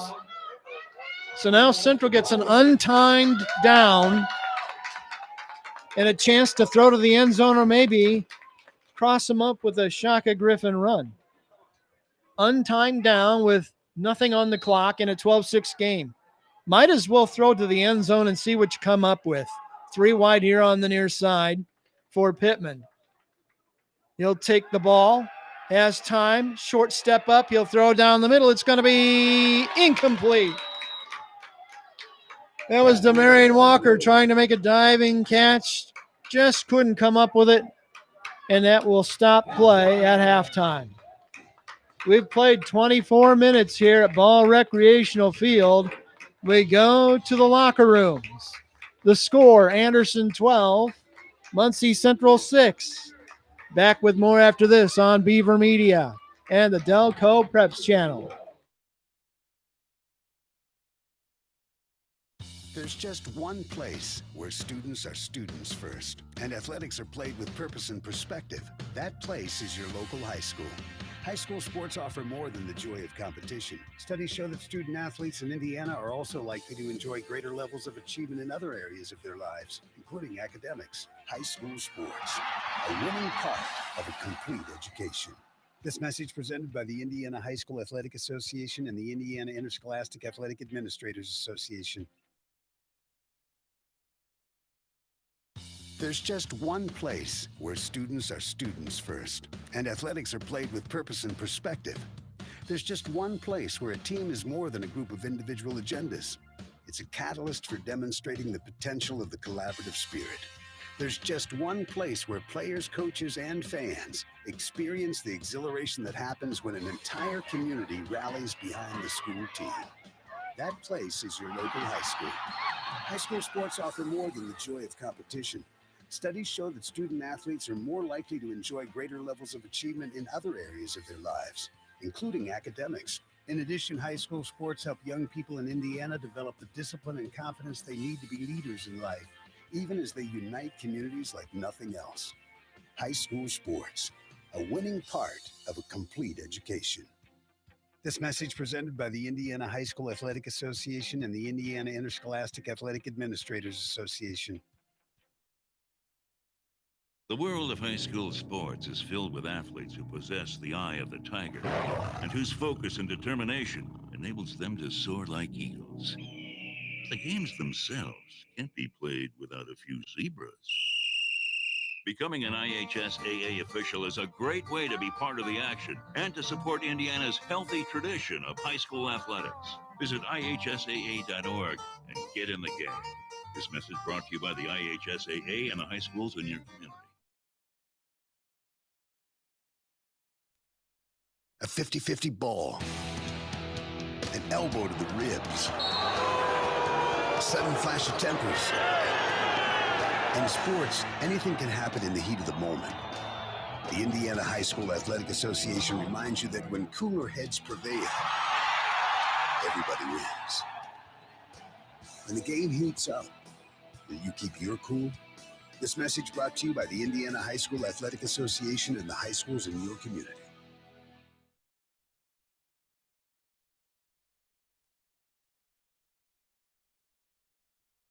Looking for future leaders we can trust and believe in? Look no further than the high school student athletes right here in Indiana. High school sports teach young people how to be effective leaders. It begins by making their grades and being on time for practice. It includes learning to listen, following directions, accepting responsibility, being a good role model. And it's about respect for officials, opponents, the rules, and each other. The result? It transcends sports. It gives us hope for the future. High school sports. There's so much more than just a game.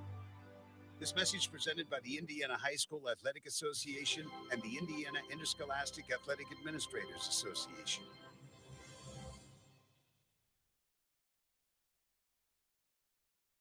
This is what matters. This is beyond X's and O's. This is the difference mutual respect makes. This is what character looks like. This is what defines us in Indiana. This is sportsmanship. School sports. It's not the outcome that matters most, but the way the games are played. This message presented by the Indiana High School Athletic Association and the Indiana Interscholastic Athletic Administrators Association.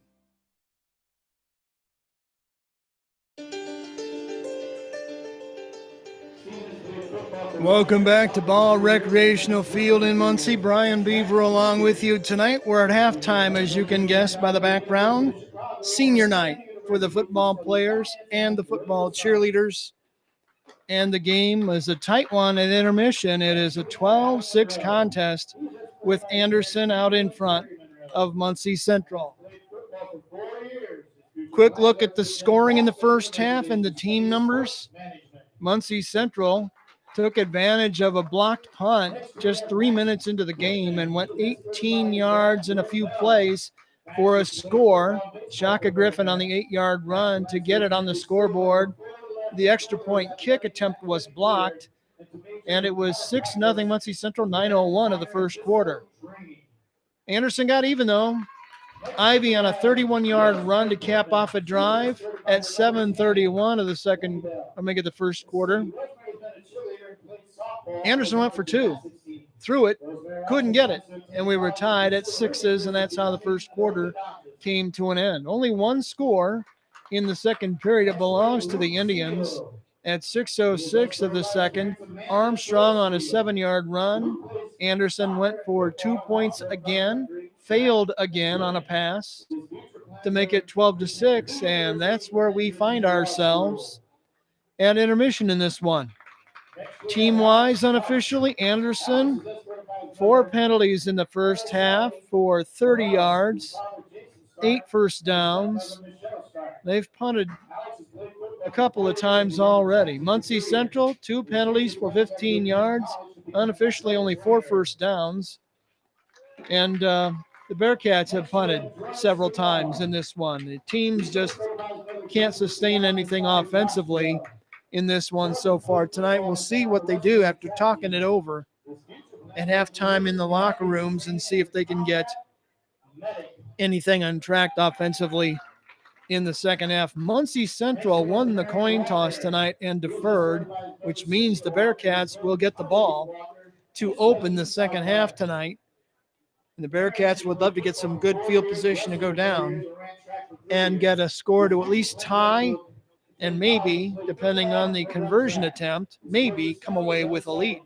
But we're a long way from that as the seniors and their parents continue to be introduced out here on the grass at Ball Recreational Field. 1, 2, 3, 4, 5, 6, probably 20 kids in all who are being honored tonight. And a lot of schools have gone to this strategy, having their senior nights now early in the season, sometimes on the first night of the season in some places, so that they can make sure these kids in the class of 21 get at least some experience in athletics in this pandemic fall of 2020. We'll take another break. When we come back, we'll total up and bring you the unofficial first half individual numbers after this timeout on Beaver Media and the Delco Preps channel. More than 7.7 million American teenagers participate in high school sports every year, including about 152,000 here in Indiana. They're all learning essential life lessons, like the importance of hard work, time management, and self-discipline, skills that are helping them become better leaders and more active, responsible citizens. This message presented by the Indiana High School Athletic Association and the Indiana Interscholastic Athletic Administrators Association. Who do I play high school softball for? I play for my mom and dad who've never missed a game. I play for the smell of my leather glove, the sound of infield chatter, and that incredible feel of the ball jumping off my bat. I play for sacrifice bunts and sacrifice flies because they've taught me what it means to be a teammate. Whether they're playing for their teammates, their classmates, or their community, high school student athletes in Indiana learn important lessons they'll use for the rest of their lives, like respect for the rules, time management skills, and the value of hard work and sacrifice. I play high school softball for my friends who decorate my locker before every big game. That's who I play for. Play for keeps. Play for fun. Play on. This message presented by the Indiana High School Athletic Association and the Indiana Interscholastic Athletic Administrators Association. For life, to the Bearcat family.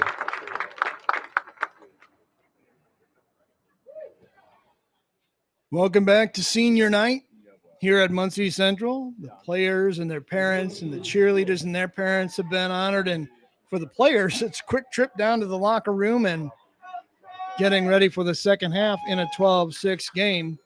Let's take a quick unofficial look at first half stats for Central. Pittman throwing 1 for 6 for 3 yards. The one completion was to Griffin for 3.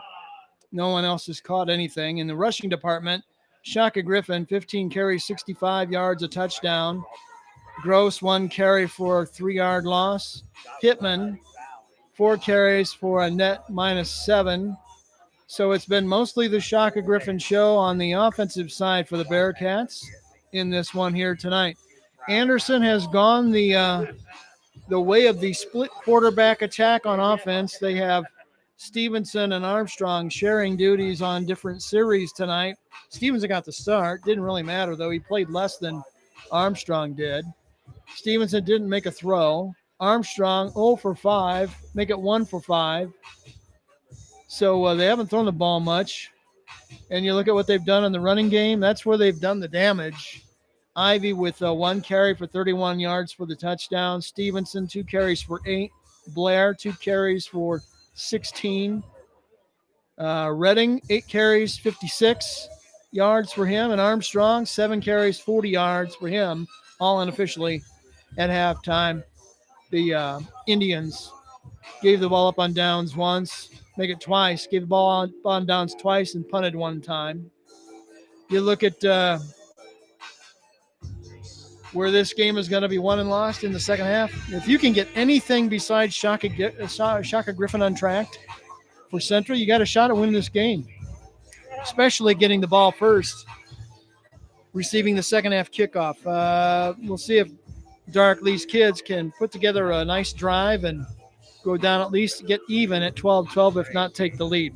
We'll take a break. When we come back, the start of the third quarter at Ball Recreational Field. It's the Indians 12, the Bearcats 6 on Beaver Media and the Delco Preps channel.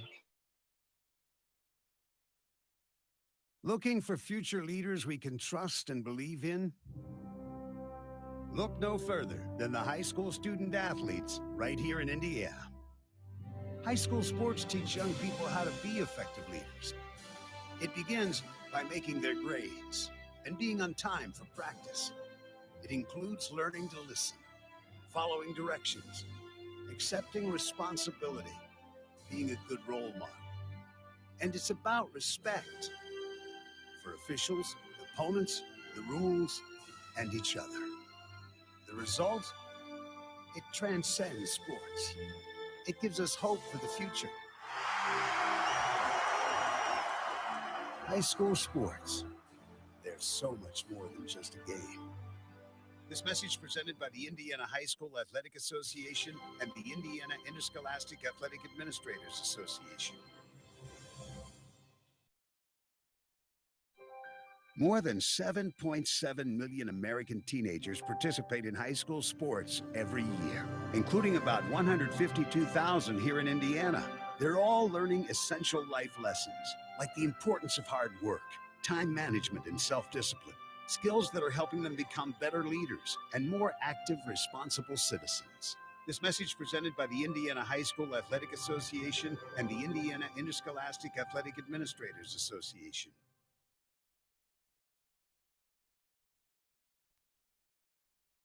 Who do I play high school softball for?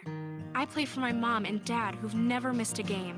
Whether they're playing for their teammates, their classmates, or their community, high school student athletes in Indiana learn important lessons they'll use for the rest of their lives, like respect for the rules and the value of hard work and sacrifice.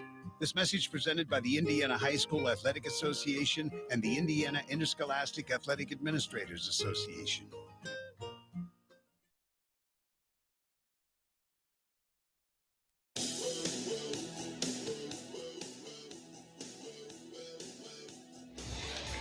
Welcome back to the ballpark. Teams have come back onto the field. We're not very far away from the start of the second half tonight at Ball Recreational Field. Beautiful night. The wind has died down now. Really wasn't much of a factor to begin with in terms of the game. And we're about set to go as the teams emerge to do their stretching and get ready for third quarter action. 12-6 game with 6-6 at the end of a quarter. Anderson got out in front midway through period number 2. Huge stop by the Bearcat defense on 4th and 2, deep in their own territory when it looked like Anderson would tack on another score right before halftime. The Bearcat defense did a great job on 2 consecutive plays to keep them out on 3rd and 4th down and preserve just a 1-score game in this one. Could have been a whole lot worse. When you think about things like field position and the scoring opportunities Anderson had, especially there late in the quarter, the Bearcats give up another score there. They got to get at least 2 back to tie or maybe take the lead and win the game. So they earned some kudos and some respect down there defensively near the north end zone at the end of the second quarter. I believe that came down at the about the 15-yard line, and they backed them all the way up to the 38-yard line on a couple penalties for Anderson late there in that last possession. But Central's defense stiffened when they had to and really did a nice job keeping Anderson out of that north end zone. We'll take one more break. Back for the kickoff after this on Beaver Media and the Delco Preps channel. Looking for future leaders we can trust and believe in? Look no further than the high school student athletes right here in Indiana. High school sports teach young people how to be effective leaders. It begins by making their grades and being on time for practice. It includes learning to listen, following directions, accepting responsibility, being a good role model. And it's about respect for officials, opponents, the rules, and each other. The result? It transcends sports. It gives us hope for the future. High school sports. There's so much more than just a game. This message presented by the Indiana High School Athletic Association and the Indiana Interscholastic Athletic Administrators Association.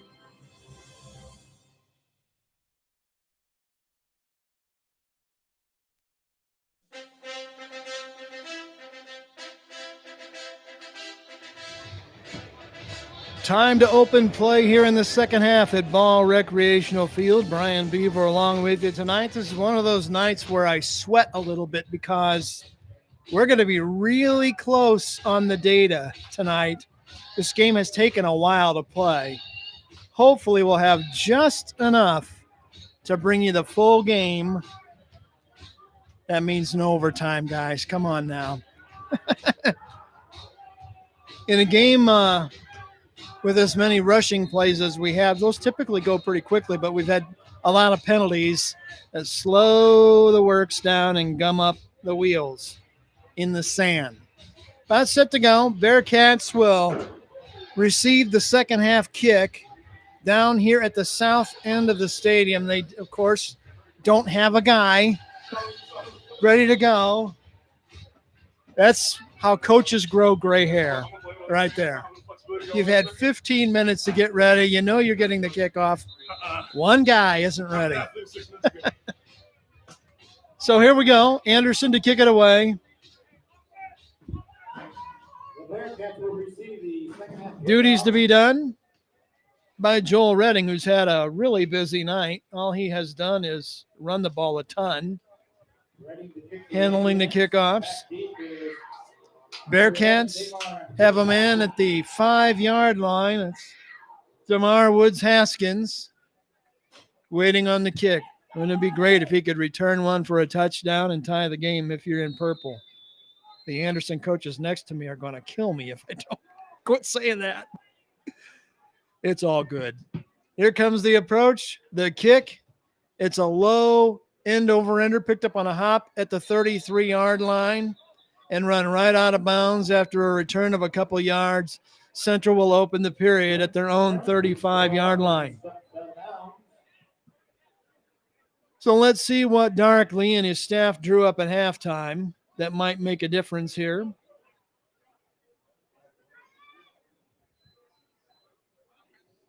Max Pittman has them huddled up and ready to go, and they'll say the 34-yard line. Man wide here on the near side is Demarion Walker. Too wide to the far side, man in motion. Here's a little shovel pass complete to Woods Haskins, who turns the corner on the right side and gets flattened for a couple-yard loss. Wow. And a little extra here on the Bearcat sideline, and Woods Haskins got popped, got his bell rung. That's going to be a completion for no yards.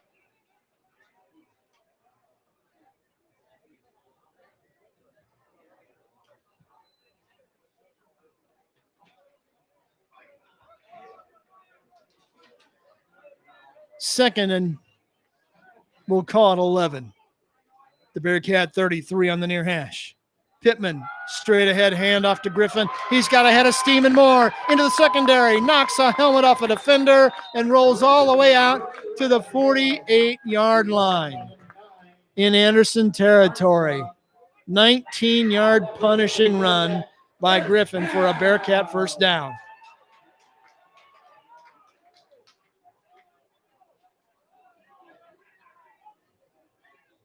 $16 carries, 84 yards unofficially for Mr. Griffin.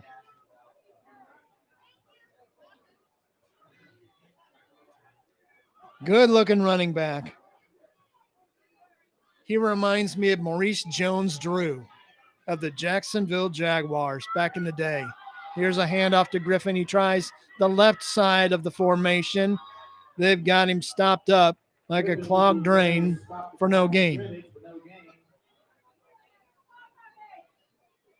Shock is the kind of guy who can go the distance on virtually any carry, anywhere on the field. If he gets a seam, he can run right by you. And he's a stout fella. 6'1", they list him, or 5'10", and they list him at 215, and he's every bit of that. Griffin comes to the sideline on 2nd and 10. Bearcat ball, Anderson 48, right in the middle of the field. Pittman fakes a handoff, gets flattened for a TFL back there. A nice one-on-one play. Dylan Fuller came across the line and took Pittman down for a -4. Pittman is brought down for a loss. That'll make it 3rd and long. 14 yards to go back at the Bearcat 48.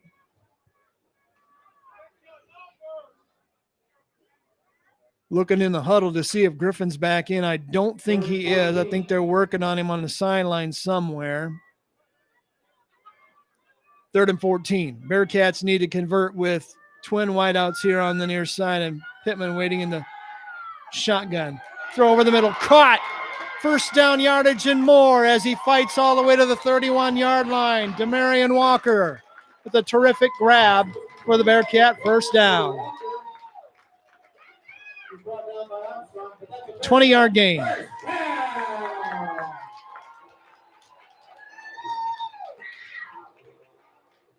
So Pittman opens the second half, 2 out of 2 in the air, and the Bearcats get a fresh 4 snaps at the Anderson 31-yard line.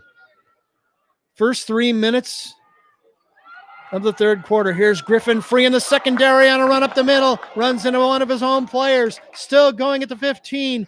Chews the yardage up down to around the 16. Make it the 11-yard line. Terrific run. That's another 19-yard run for Griffin. Into the red zone go the Bearcats. Ball at the 12-yard line. Threatening to tie here with 8:25 to go in the third quarter. Trailing this one 12-6. Pittman, hands straight ahead. Griffin heading for the end zone. He's in for the score. Touchdown Central. Shaka Griffin on a 12-yard scamper. And this game is all tied.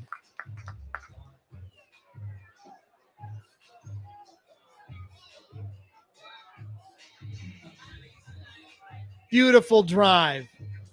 Central did what they needed to do there. They take it 66 yards for the score on the drive. And on to try the PAT. The kick this time is Stephen Lavelle. And there's a whistle right before the snap. The official on the near side indicating offside against Anderson, and it is offside against Anderson.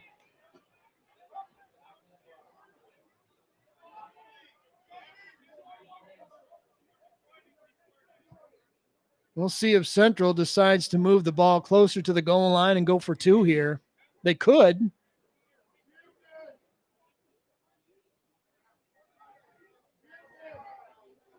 Tie game right now at 12-12. Central trying to break the tie. Now the official comes over to the sideline and says, Coach, what do you want to do?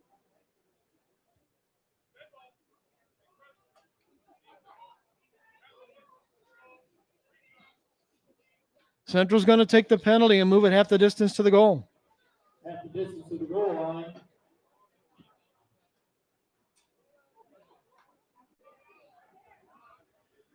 Well, Central is going to stay with the kick formation and try the single point conversion. Lavelle waiting. Good snap and hold. This one a much better kick, and it's right down the heart. Good. Muncie Central has retaken the lead. 8:19 to go here in the third quarter. Bearcats up on the half with a go-ahead score. Going to the break. Muncie Central 13, Anderson 12 on Beaver Media and the Delco Prep. Who do I play high school softball for? I play for my mom and dad who've never missed a game. Whether they're playing for their teammates, their classmates, or their community, high school student athletes in Indiana learn important lessons they'll use for the rest of their lives, like respect for the rules and the value of hard work and sacrifice. This message presented by the Indiana High School Athletic Association and the Indiana Interscholastic Athletic Administrators Association.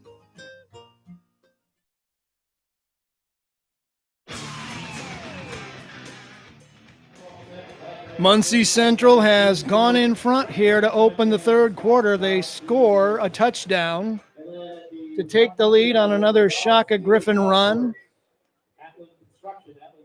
Lavelle's kick, good. And the Bearcats have their first lead of the season. Check it, their second lead of the season.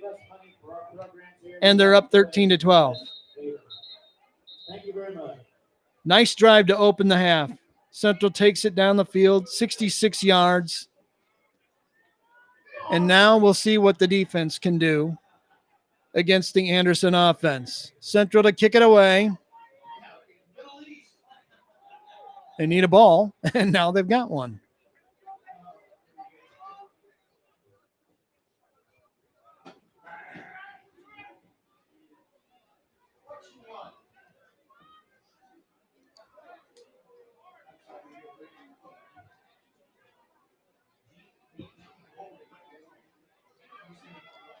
Couple of deep men for the Indians. Dontrez Fuller, Tremaine Brown. Fuller here on the near side. Just a freshman. Good-looking young player. See what Central does with the ball and whether they try to keep it away from the speedsters at the back end. And now Fuller creeps up about 10 yards, hoping to pick up a short kick and hit it on the run. And here comes the return from the 23-yard line. Ivy, head of steam, all the way to the 40, the 45, out around the 48 or 49-yard line. Terrific return. He caught it and took it straight up the field fast. That's critical on a return. You want to make the defenders come in from their lanes and defend you. And if you're going fast the other way, they've got to be really good with their angles. Another series for the Indians with terrific field position, starting this drive at the Indian 49-yard line. Ball in the middle of the field on the crown between the hash marks. There's not much of a crown here at Ball Recreational Field, and this series will be opened by Stevenson at quarterback, the right-hander, the more traditional pocket pass type of quarterback. He hands straight ahead. Redding barrels his way right through the interior of the defense for about 8, maybe 9 yards, all the way to the 43-yard line. Gain of 8.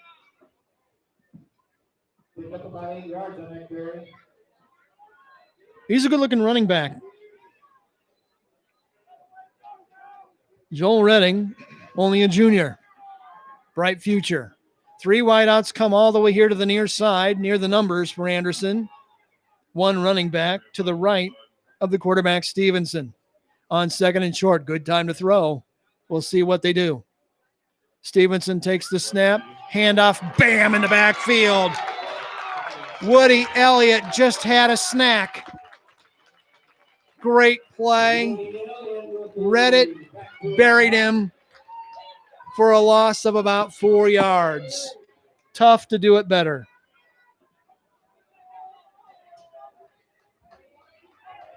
That'll make it 3rd and medium. 3rd and 5 now. Elliott's a great tackler, one of the county leaders a year ago. Only a junior. He's 5'11" and 240 and quick. Let's see what the Bearcat D does here on 3rd and 5. From the Muncie Central 46-yard line. Back in there to quarterback now is Armstrong. He'll drop. Left-hand throw, far sideline, nearly intercepted. It's out of bounds, incomplete, despite the diving attempt over there by Curtis Lewis. Well, if you like stats and trends, Stevenson in the game, you would say, no way is he throwing it. He hasn't thrown a pass all night. Armstrong has thrown 6 of them and has only completed 1. So now it's 4th and 5, and Anderson dropping in punt formation with Fuller to kick it, standing at his 42-yard line. Line of scrimmage is the 46. Left foot kick is returnable, but they'll let it hit, take 2 hops. It's headed for the end zone. Anderson with a chance to kill it down there, and they do. Anderson with great coverage. It looks like they're going to nail this one down at the Bearcat 1. We'll take a break. 6:28 to go, 3rd quarter. Central 13, Anderson 12 on Beaver Media and the Delco Preps channel. Who do I play high school softball for? I play for my mom and dad who've never missed a game. Whether they're playing for their teammates, their classmates, or their community, high school student athletes in Indiana learn important lessons they'll use for the rest of their lives. like respect for the rules and the value of hard work and sacrifice. This message presented by the Indiana High School Athletic Association and the Indiana Interscholastic Athletic Administrators Association.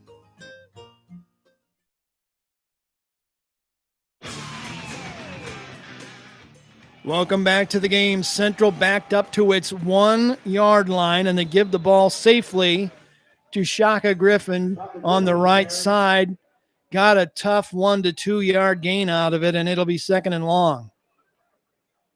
Terrific job by the Anderson special teams to kill that ball at the Central 1 yard line. 2nd and 8. Some teams go decades between 99-yard drives. We'll see if Central has one in their bag of tricks tonight. Midway through the third quarter, leading by a point with 5:45 to go in the third quarter. Pittman to throw from his end zone. Long ball down the near sideline. A jump ball, and he's got it! Great catch by Demarion Walker at the 37-yard line. Listen to the crowd. They're going to put him down at the 35 on a 33-yard strike from Pittman to Walker. That'll get you out of a hole in a hurry.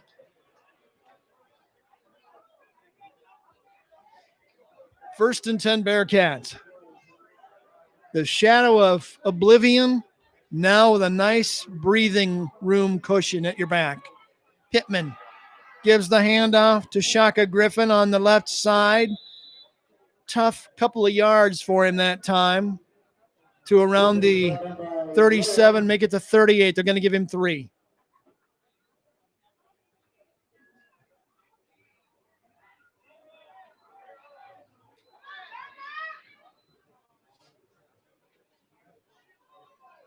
"21 carries, 120 yards, 2 scores unofficially for Shaka Griffin. 2nd and 7 for the Cats at their own 38-yard line, leading by a point with Pittman waiting on the snap. He's got it. Play action. He'll keep it on the keeper. Rolls around the right corner. Comes down around the 44-yard line before they can wrap him up.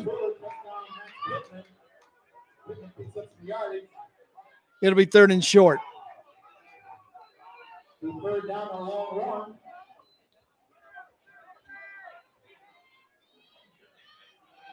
Pittman won't wow you with his speed at quarterback, but he got enough to make it 3rd and 1 at the 44. Bearcats right now holding the smallest lead you can hold in football at a point at 13-12. Trying to win for the first time in the coaching career of Darrick Lee. Here comes the run blitz. Griffin with the straight ahead handoff, ran right by him, carrying the pile all the way inside the Anderson 45-yard line for the first down. Great run. Give him 11 yards and a fresh 4 snaps. You hear him play "Can't Touch This" on the PA. The classics. Bearcats driving. This started at their 1 yard line. Here's Griffin trying the left corner. Nothing doing over there as 3 Indians come up and put a white jersey welcoming party on him. They drive him back 2 or 3 yards to make it 2nd and long. 13-12 game. Got the nail biter brewing here on the shores of the White River. Central trying to break a 16-game losing streak over parts of 3 seasons. Can they get it done? Can they finish the job? 2:48 to go in the third quarter. A drive that started at the Bearcat 1 has moved 50 yards. Pittman fumbled the snap, picked it up, tried to run it ahead, and got tackled for a loss of around 2 yards, back around his 49. What were we talking about earlier? An execution and consistency? It's really what it comes down to. When teams struggle, they flashes of brilliance, Mental mistakes on the other sides of those. Another big third down. 3rd and 15, maybe 16 at the Bearcat 49. Pittman may put it in the air again. Here's the snap. He wants to throw. Out here in the flat, it's caught around midfield and taken forward for a couple more yards. Out of bounds. Short of the first down. Orlando Golston with the catch. Orlando Golston with the catch. Not enough though. Brings up 4th down. 4th down and long. Central to kick it away on the punt. So they moved the ball 51 yards, but couldn't complete the deal. And it's punt formation for the Bearcats with Chase Beck waiting on the snap. And now a flag comes flying into the middle of the defense as the snap is about to occur. That's never a good sign. Illegal procedure against Muncie Central. Against the Cats. Push back 5 more yards.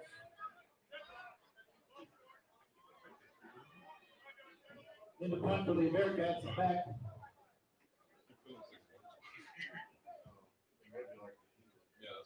They move it back 5 yards.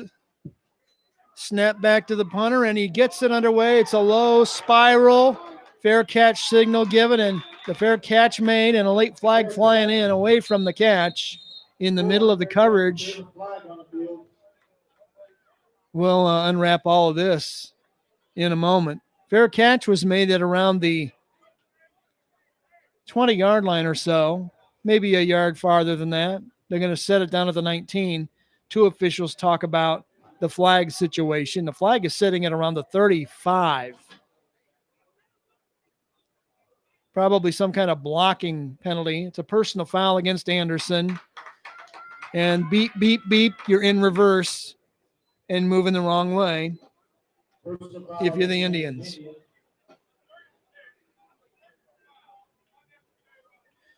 Unnecessary roughness. That'll be half the distance to the goal. And it'll be down at the 9-yard line. We'll stay right here with it. 1:54 to go. 3rd quarter. Muncie Central 13, Anderson 12. So you've got the battle of bad field position here. Central began that last drive at their 1, got it out to the middle of the field. Now Anderson is backed up in the produce aisle at their 9-yard line. Central's defense smells an opportunity here. 3 wide to the right, that's the far side, as Anderson moves right to left.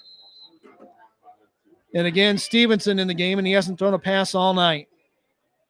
Claps, snap, sweep right. Redding gets hauled down. That's Woody Elliott again with another TFL. Brings him down for a loss of 1, maybe 2. He's having a great game.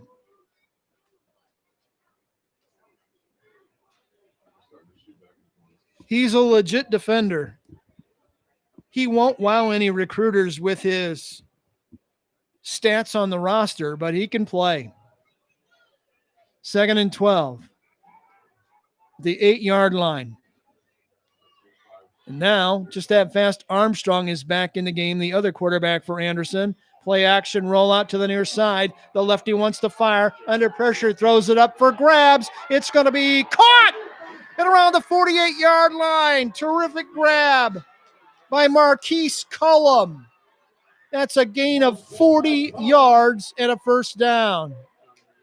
Wow. Well, if you're going to have one catch in the game, that's how you do it. That ball was in the air a long, long time. But it went well for the Indians, and now they're out in the middle of the field at their own 48. 1st and 10. 56 seconds remaining in the 3rd quarter, a 13-12 game. Central with the lead, Anderson with the momentum. Armstrong stays in at QB, 1 running back with him. The handoff goes straight ahead.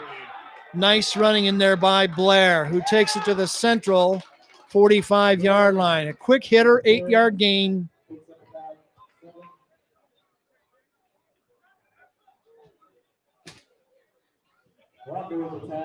Brings up second and short. This is a great place to take a shot at the end zone. 3 wideouts to the far side, 2 in the slot, 1 running back. That's Blair again, just to the left of the quarterback, Armstrong. Final 3 seconds of the period. They get it off just in time. Straight ahead run, couple of broken tackles as Blair picks up the first down to the Muncie Central 41-yard line. That's a gain of 4 yards, and it's the final play of quarter number 3. What a game we've got brewing in the finish.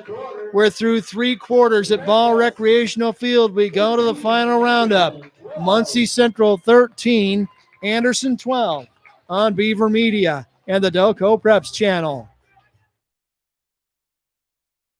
Who do I play high school softball for? I play for my mom and dad who've never missed a game. Whether they're playing for their teammates, their classmates, or their community, high school student athletes in Indiana learn important lessons they'll use for the rest of their lives, like respect for the rules and the value of hard work and sacrifice. This message presented by the Indiana High School Athletic Association and the Indiana Interscholastic Athletic Administrators Association.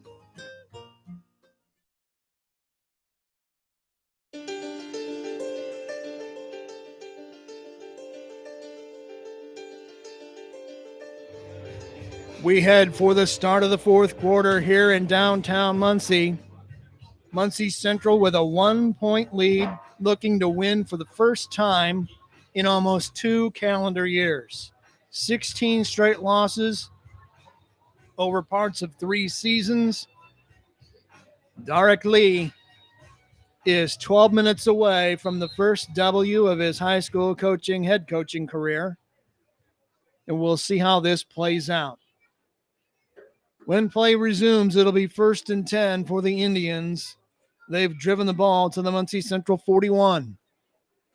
Call the neighbors, Gladys. This one's going down to the wire. That was a beautiful throw and catch by Anderson. Armstrong to call him a 40-yard gain. Got him out of the shadow of their end zone, and now they've got 1st and 10 at the Central 42. Twins wide here on the near side. Armstrong still in at quarterback, and he'll come to the right, hand off a little counter play inside as Redding picked up about 3, maybe 4. They'll put him down at the 38. Gain of 3. Picked up 3 yards. 2nd and 7. First half minute of the fourth quarter in a back-and-forth affair. Central led early 6-0. Then Anderson scored back-to-back scores unanswered to make it 12-6. And then Central, to open the third quarter, drove it down the field to pick up the go-ahead score at 13-12, and that's where we are right now. Man in motion to the far side. Armstrong hands to Blair. Picks his way left, right, zigzagging through the line.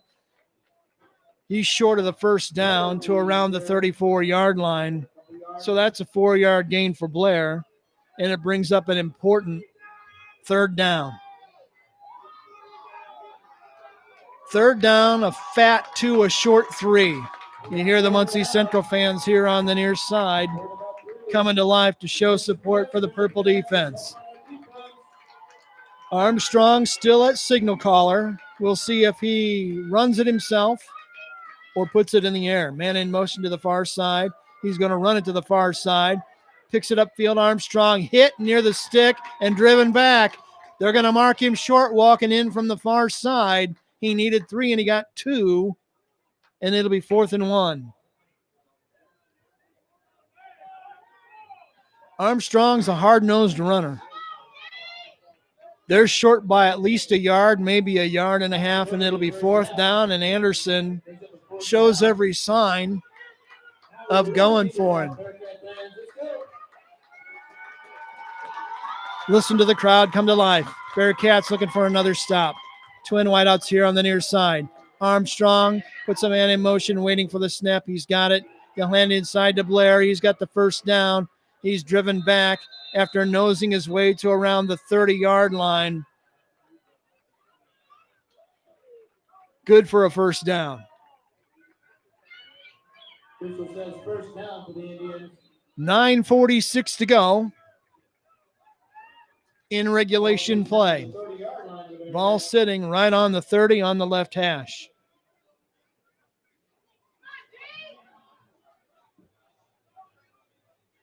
Muncie Central's defense looking for a way to just get off the field here. Anderson moving it left to right now here in the fourth quarter with twin wideouts here on the near side, one in the slot near the hash marks, man in motion for Armstrong. There was movement in the backfield. That's illegal procedure every day and twice on Sunday. That was against the Anderson Indians, illegal procedure. Execution has hurt both teams tonight, or lack of it sometimes. It's aggravating for the coaches. They work all week and they think they've got it nailed down, and they find out they don't.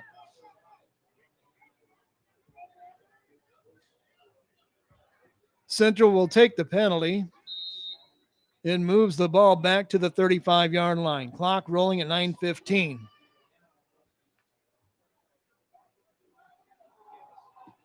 We've had some long drives in this game. Anderson facing a 1st and 15. Armstrong still at quarterback, the left-hander, the more athletic of the two. And he's got the ball in his hands. Stepping up. Time to throw. A long ball down the near sideline. Flag flies. It's incomplete. The flag was thrown clear back here near the goal line. Let's see what happened. That was a nice throw. The receiver couldn't come up with it and close it out. We'll see if it's some kind of pass interference call back here. An official threw the flag, the back of the secondary and around the goal line. It's a defensive holding penalty against Muncie Central.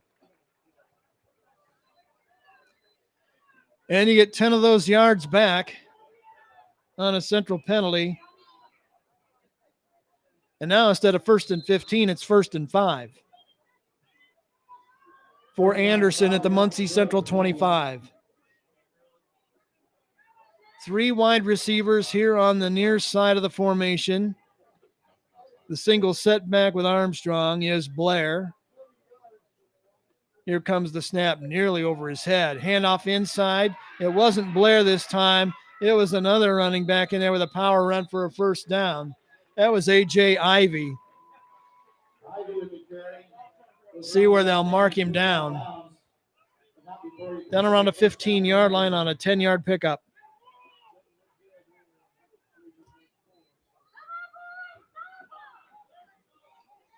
Ivy has that rushing touchdown for Anderson that went a long way, 31 yards earlier in the game. So it's 1st and 10 at the Muncie Central 15-yard line. Trips wideouts, trips DBs. Right there, it's purple and white at about the 15-yard line on the hash marks. Here's a handoff. This is Blair this time, and he tried the inside. Nowhere for him to go at all. He got a tough yard to bring up 2nd down.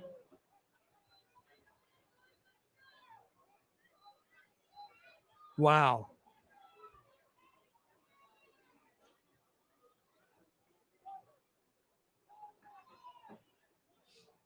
Clock rolling. 8 minutes, 10 seconds to go in regulation in a 13-12 game. Bearcats on top. Indians threatening in the red zone on 2nd and 9. Long snap count. Toss sweep this way. Redding has it on the edge. Cuts it upfield inside the 10. Down around the 8-yard line. Redding with the run. Foster with the tackle. They'll put him down at the 8. That's a gain of 6. Ball's placed down around the 8-yard line. That'll make it 3rd and 3.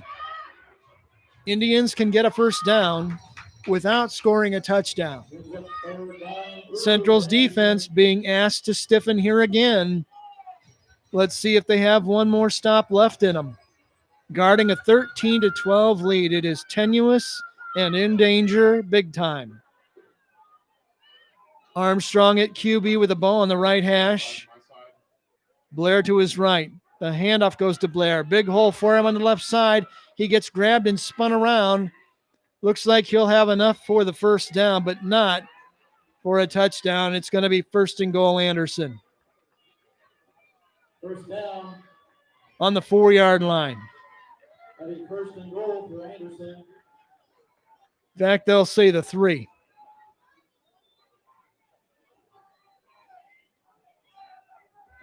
Great chance for Anderson. Midway through the 4th quarter.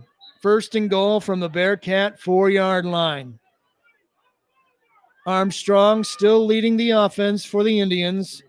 He's waiting on the ball. He's got it. He'll give it ahead. That's Blair churning toward the end zone.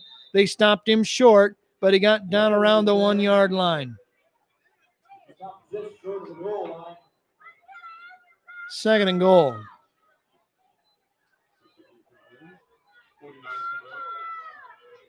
They're going to say the 2-yard line.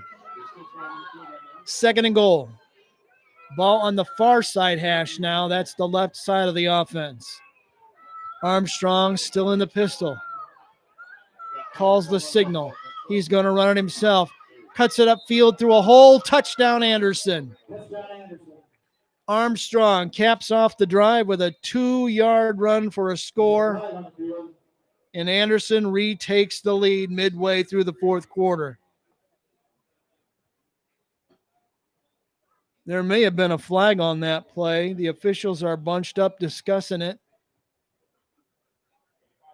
Let's see what we have here. So penalty against Muncie Central.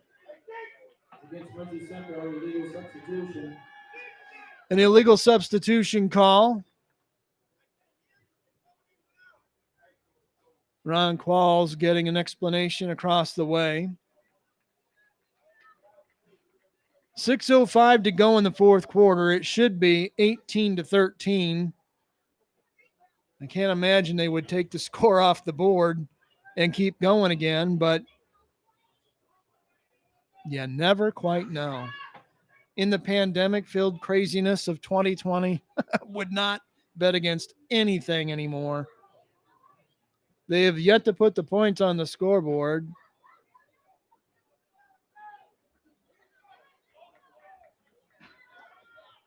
Well, the touchdown now goes up.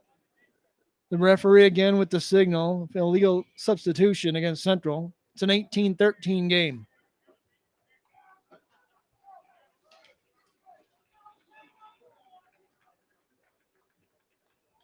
Result of the play, touchdown. Armstrong with his 2nd rushing touchdown of the night. He's a good-looking quarterback. Will they go for 2 or go for 1? They're going to line up for 2. Armstrong in the pistol. Blair about 3 yards to his left, and now a whistle before the snap can even occur.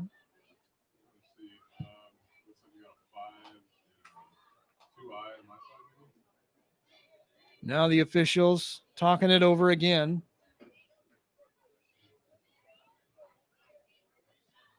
Wow. It's like Wheel of Fortune.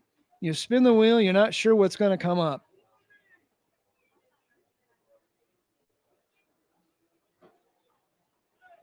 Now we're set to go. I think. I hope. Anderson has gone back in front 18-13. This is the longest wait for a PAT try I think I've ever seen. And now Ron Qualls getting an explanation from the referee again. This is like Extra Point, the miniseries. Wow. Well, we know you're not going to take the points down. So you're either going to run it, pass it, or kick it.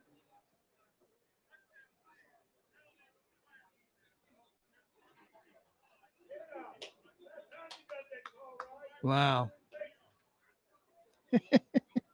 the zebras in the stands, letting the zebras on the field know what's what. Is there a time limit on extra points? You hand a guy a ball for a free throw and he has 10 seconds to shoot. Okay. Well, 6:05 to go in the fourth quarter. At some point, we'll have an extra point attempt by Anderson. And now they're lined up, and I think, I hate to say it, I think they're ready to go. Empty set in the backfield for Armstrong, the quarterback. 3 wideouts to his right. Claps for the ball. Claps again. Takes the snap. Quick throw. It's out here in the flat. Taken toward the end zone, but he can't get to the pylon. Did he? He did. He spun at the last minute and was able to stick the ball over the pylon to make it good. That was a great catch and run out there by Dontrose Fuller, the freshman I've been telling you about. Terrific fight to get it into the end zone for the 2-pointer. We'll take the break. 6:05 to go in the fourth quarter. It's Anderson 20, Muncie Central 13 on Beaver Media and the Delco Preps channel. Who do I play high school softball for? I play for my mom and dad who've never missed a game. I play for the smell of my leather glove, the sound of infield chatter, and that incredible feel of the ball jumping off my bat. I play for sacrifice bunts and sacrifice flies because they've taught me what it means to be a teammate.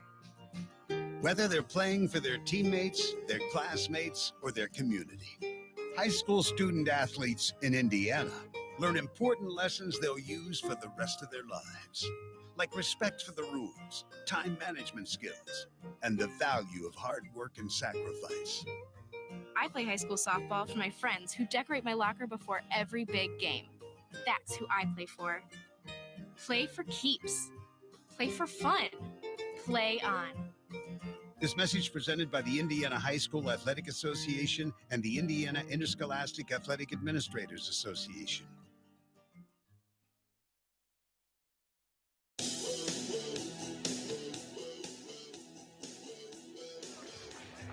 Welcome back to the ball game. We haven't settled anything yet, but a great drive by Anderson to score the go-ahead points to make it 20-13 here midway through the fourth quarter. Unofficially a 91-yard drive for the go-ahead score. And that was as good a 2-point conversion as you'll see. It was worth the wait. It really was. They were about set to go. Central trying to answer back. Looking for their first win since the 2018 season. They got 6 minutes and change to do something about it. Reading to kick it away for Anderson. It's end over end down the near hash mark. It hits, takes one hop. Now the receiver will pick it up, juke a couple men, loses his footing down at around the 27, 28-yard line. So Central with an even 6 minutes to go in this game, at least in the fourth quarter regulation time. Trailing by that 1-score margin again.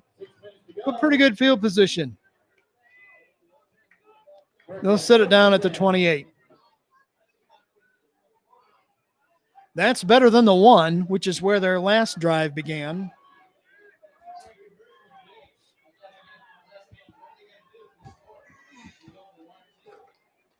Max Pittman, the quarterback, still in the pistol. 1 wide near side, 2 wide far, with 1 setback for him. The handoff will go to Shaka Griffin, who picks his way to the clear, reverses his field. Tough couple of yards, maybe 3 at the most. They'll give him the 31-yard line and a gain of 3.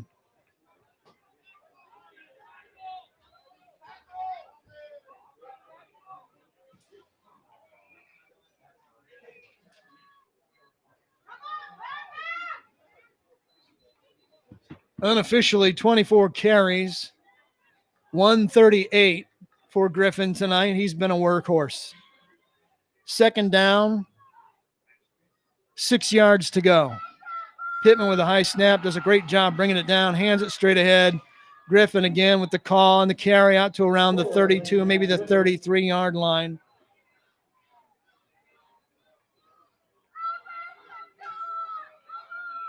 It'll bring up a key third down. 5 minutes left in regulation. In a 7-point game, Bearcats will need to convert here with the ball sitting on the right hash at the MC 33.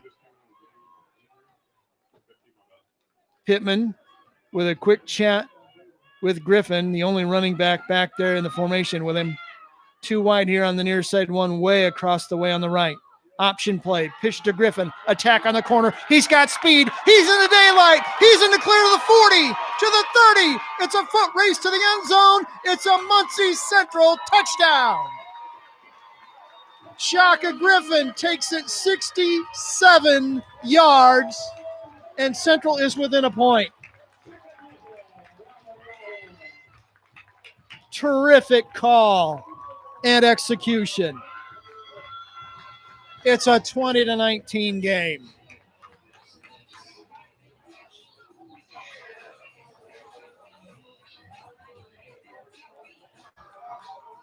Central now will try to tie with a kick or try to get the lead with a 2-pointer.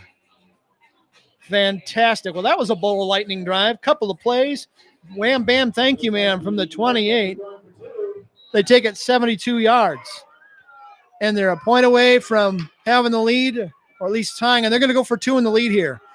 Griffin straight ahead, bulldozing his way into the end zone for the 2-point conversion. Central has the lead late in the game. 4:26 left in this one. Don't you dare go anywhere.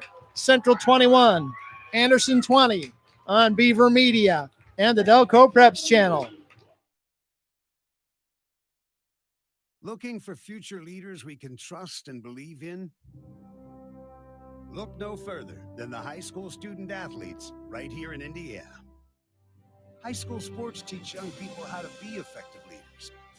It begins by making their grades and being on time for practice. It includes learning to listen, following directions, accepting responsibility, being a good role model. And it's about respect for officials, opponents, the rules, and each other. The result? It transcends sports. It gives us hope for the future. High school sports. There's so much more than just a game. This message presented by the Indiana High School Athletic Association and the Indiana Interscholastic Athletic Administrators Association.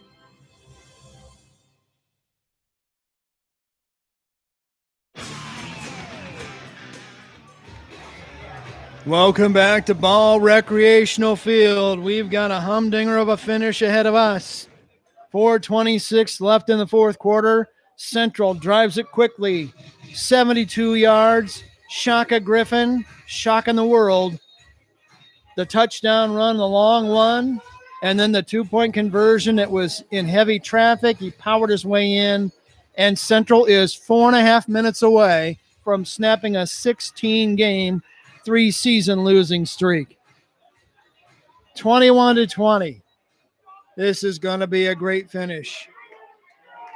Central to tee it up and kick it away toward the south end zone. I see Redding deep.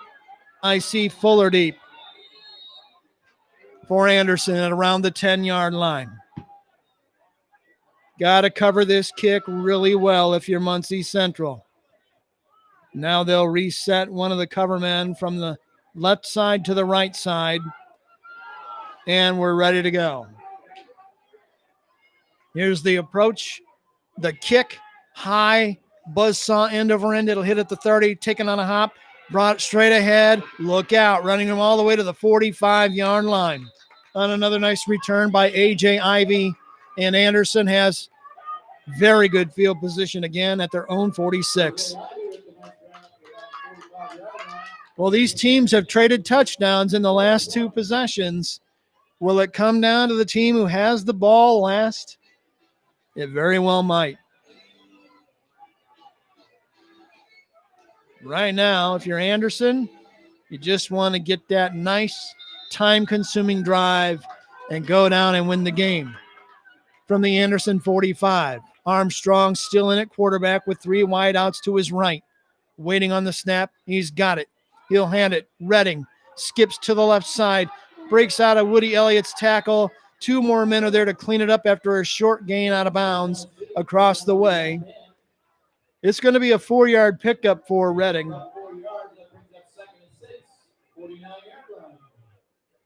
We've had some terrific runs in this game. None better than that Shaka Griffin option play pitch out dash for the cash of 67 yards. 2nd down and 6 yards to go. Just a yard shy of the 50 in Anderson territory. 3 men wide again to the right. 1 setback for Armstrong. It's Redding next to him. Central showing blitz. Here it comes. Toss sweep this way. Breaks a tackle. Cuts it upfield. Only good for about a yard before he runs into a wall of purple jerseys. Redding with the toughest yard of his night.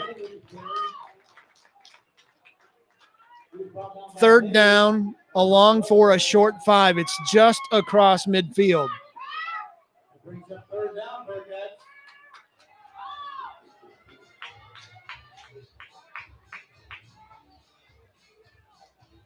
Well, if you're Ron Qualls, with under 3 minutes left in this game, do you put it in the air or do you run it here?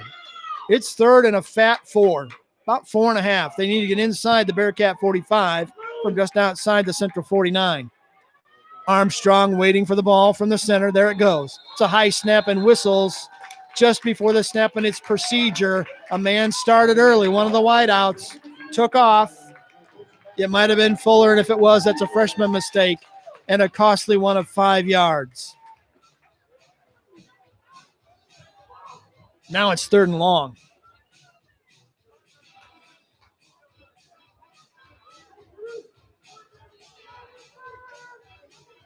Well, you hear it all the time, but this might be the biggest play of the game so far.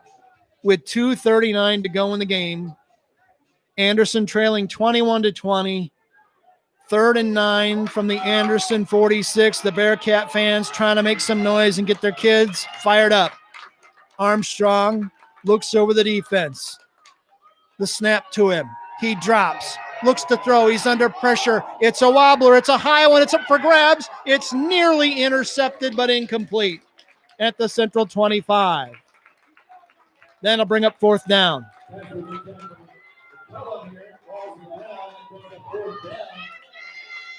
Well, Ron Qualls, I think, has to go here on 4th and 9 with only 2:15 remaining in the game and trailing 21-20. The Central fans making some more noise. The Bearcat players here on the near sideline trying to get the fans fired up to make some more noise.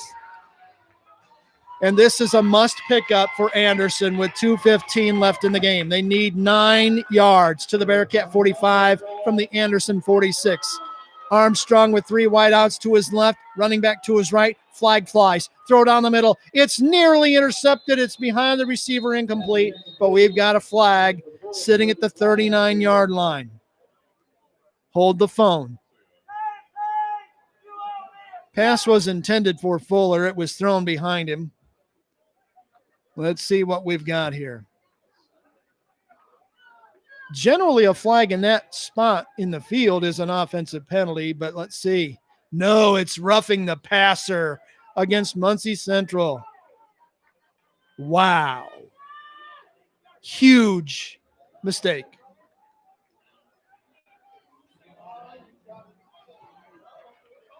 Unreal.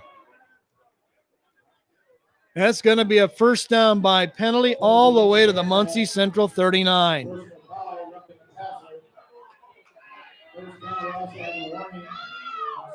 Well, that's a gigantic play. Now it's 2:11 left in the game. Anderson with a 1st and 10 at the Central 39, trailing 21-20. Game is going to be won or lost right here.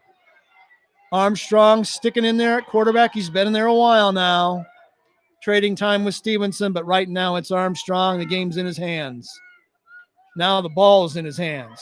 Looks right, flushed under pressure, going to roll left, fires to the sideline. It's in and out of the hands of his receiver, Marquise Cullum. That would have been a first down, but he couldn't haul it in. That brings up second down. That was a heck of a throw by Armstrong, right on the money. This one's going right down to the wire. That'll stop the clock with 2 minutes and 4 seconds to go here in the fourth quarter. If you're just getting in on this, shame on you, but at least you came at the right time here late in the game. You're going to hear a great finish. 21-20, Muncie Central, 2 minutes and change from breaking a 16-game losing streak here at home. Can they finish? 2nd and 10. Indians ball at the Bearcats, 39. Armstrong with a running back to his right. Wideouts all over the formation. He'll hand it off. Left side running room down near the stick, and a nice run that time by A.J. Ivy. He's going to be short of the first down, and we've got a timeout by Anderson after a 9-yard gain. Indians take the timeout. We'll take a quick break with them. 1:57 to go in the game. Muncie Central 21, Anderson 20 on Beaver Media and the Delco Preps channel. Who do I play high school softball for? I play for my mom and dad who've never missed a game. I play for the smell of my leather glove, the sound of infield chatter, and that incredible feel of the ball jumping off my bat. I play for sacrifice bunts and sacrifice flies because they've taught me what it means to be a teammate. Whether they're playing for their teammates, their classmates, or their community, high school student athletes in Indiana learn important lessons they'll use for the rest of their lives, like respect for the rules, time management skills, and the value of hard work and sacrifice. I play high school softball for my friends who decorate my locker before every big game. That's who I play for. Play for keeps. Play for fun. Play on. This message presented by the Indiana High School Athletic Association and the Indiana Interscholastic Athletic Administrators Association.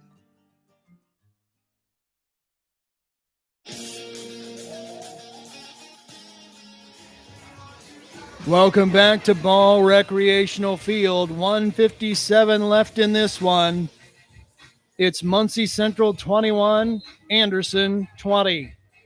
Coming out of an Anderson timeout, it'll be 3rd and 2, Indians ball at the Central 31-yard line. It's been a fantastic game, a little sloppy at times, too many penalties, but very exciting and really competitive. Someone is going home with their first W of this season in just a matter of moments. Right now, it's within the grasp of Muncie Central, but Anderson is going to have a lot to say about it. 3rd and 2. Armstrong has Ivy to his right in the Anderson backfield. 3 men wide to the far side near the AHS sideline. The handoff is inside. Central gobbles him up. He's going to be short of the first down. Got about a yard, did Ivy. They're going to put him down at the 31-yard line. That's no gain. And another Anderson timeout, I believe, is going to be called on the field.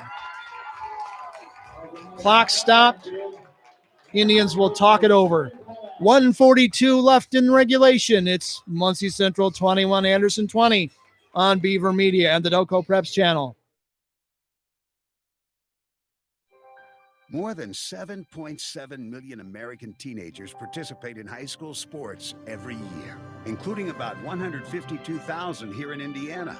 They're all learning essential life lessons, like the importance of hard work, time management, and self-discipline, skills that are helping them become better leaders and more active, responsible citizens. This message presented by the Indiana High School Athletic Association and the Indiana Interscholastic Athletic Administrators Association.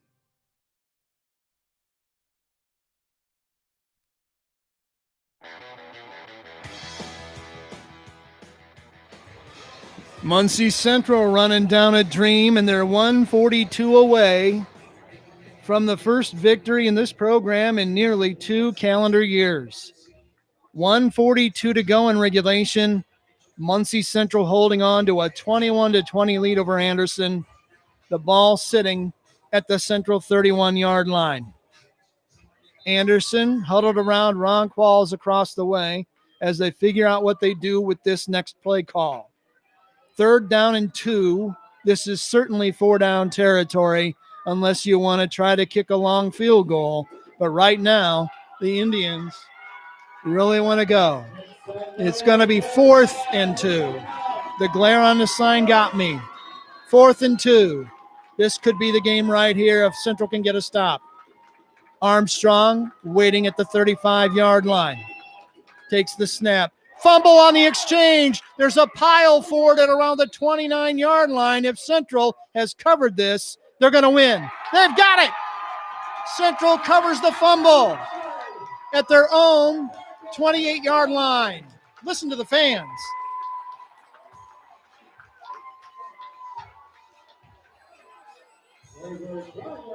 First lost fumble in the game. And now with 1:36 to go, we got a penalty flag on the field. Let's wait here. Sitting at around the 26. What will it be? Stop the presses, as we used to say in the print newsrooms. Well, if this holds up, Central's going to have the ball, and short of yakking it up themselves, this is a penalty against Central. Against the Cats.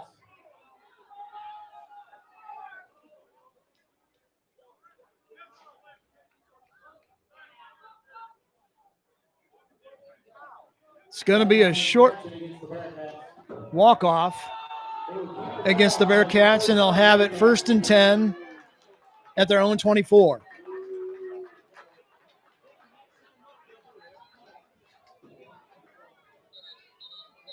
Well, things look awful good for Muncie Central here, but you've got to take care of the ball. That's the critical factor now. 1:36 to go in this one. Muncie Central 21, Anderson 20. Darrick Lee closing in on what would be his first head coaching win. There he is stalking the sideline. And Central running a player on, a lineman coming on late in the play clock. It's down to 10 already. Pittman waiting on the snap with Griffin next to him. The snap, the handoff to Shaka Griffin. He's into the second level of the defense and hauled down around the 30-yard line. 6-yard pickup. Clock rolling. Down to 1:18 in the 4th quarter. Make it 2nd and 4 for the Bearcats. A first down will give them the game. Short of a turnover, it's all in their hands right now. You have to execute in the final minute, and if you do, you're going to take home the prize. 1:01 to go in the game. Central on 2nd and 4. We'll bring 2 men wide here on the near side, 1 on the far side. Griffin to his left of his quarterback. High snap. Pittman will bring it down and hand it to Griffin straight ahead. And now he punishes the defense with second effort out near the first down marker. He's going to be a yard short. 3rd and 1. Clock down to 34 seconds to go in the game. Anderson can't do much about it now except go for the strip and try to pull it away. Indians need a miracle. Central just needs a yard to close it out. And now a whistle and a timeout by Anderson. We're going to stay right here with it. 18 seconds to go in regulation.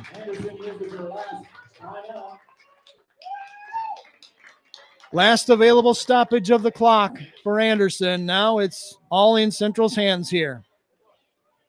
18 seconds to go in the game. Muncie Central 21, Anderson 20. Bearcats haven't won a game since beating Arsenal Tech almost 2 years ago to the day.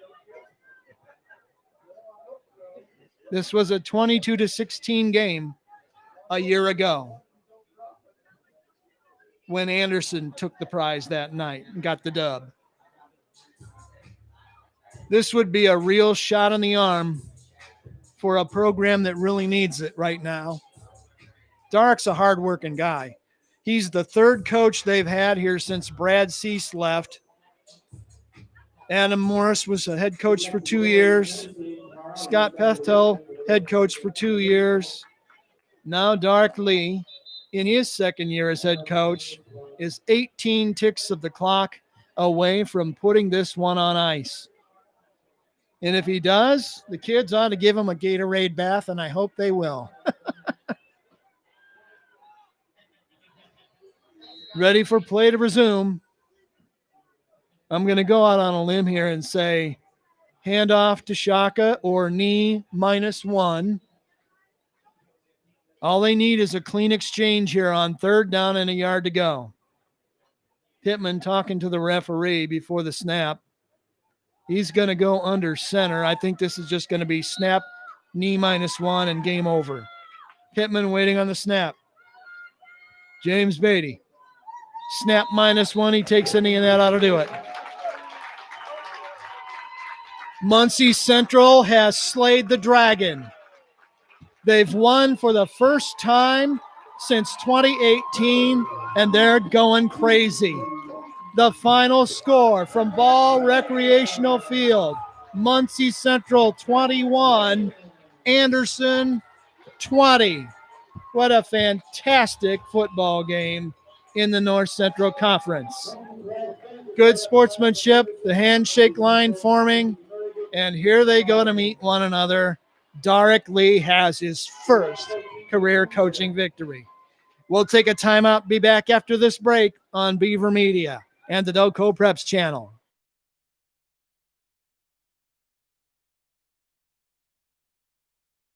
There's just one place where students are students first, and athletics are played with purpose and perspective. That place is your local high school. High school sports offer more than the joy of competition. Studies show that student athletes in Indiana are also likely to enjoy greater levels of achievement in other areas of their lives, including academics. High school sports, a winning part of a complete education. This message presented by the Indiana High School Athletic Association and the Indiana Interscholastic Athletic Administrators Association. The world of high school sports is filled with athletes who possess the eye of the tiger and whose focus and determination enables them to soar like eagles. The games themselves can't be played without a few zebras. Becoming an IHSAA official is a great way to be part of the action and to support Indiana's healthy tradition of high school athletics. Visit IHSAA.org and get in the game. This message brought to you by the IHSAA and the high schools in your community. A 50-50 ball, an elbow to the ribs, a sudden flash of tempers. In sports, anything can happen in the heat of the moment. The Indiana High School Athletic Association reminds you that when cooler heads prevail, everybody wins. When the game heats up, will you keep your cool? This message brought to you by the Indiana High School Athletic Association and the high schools in your community.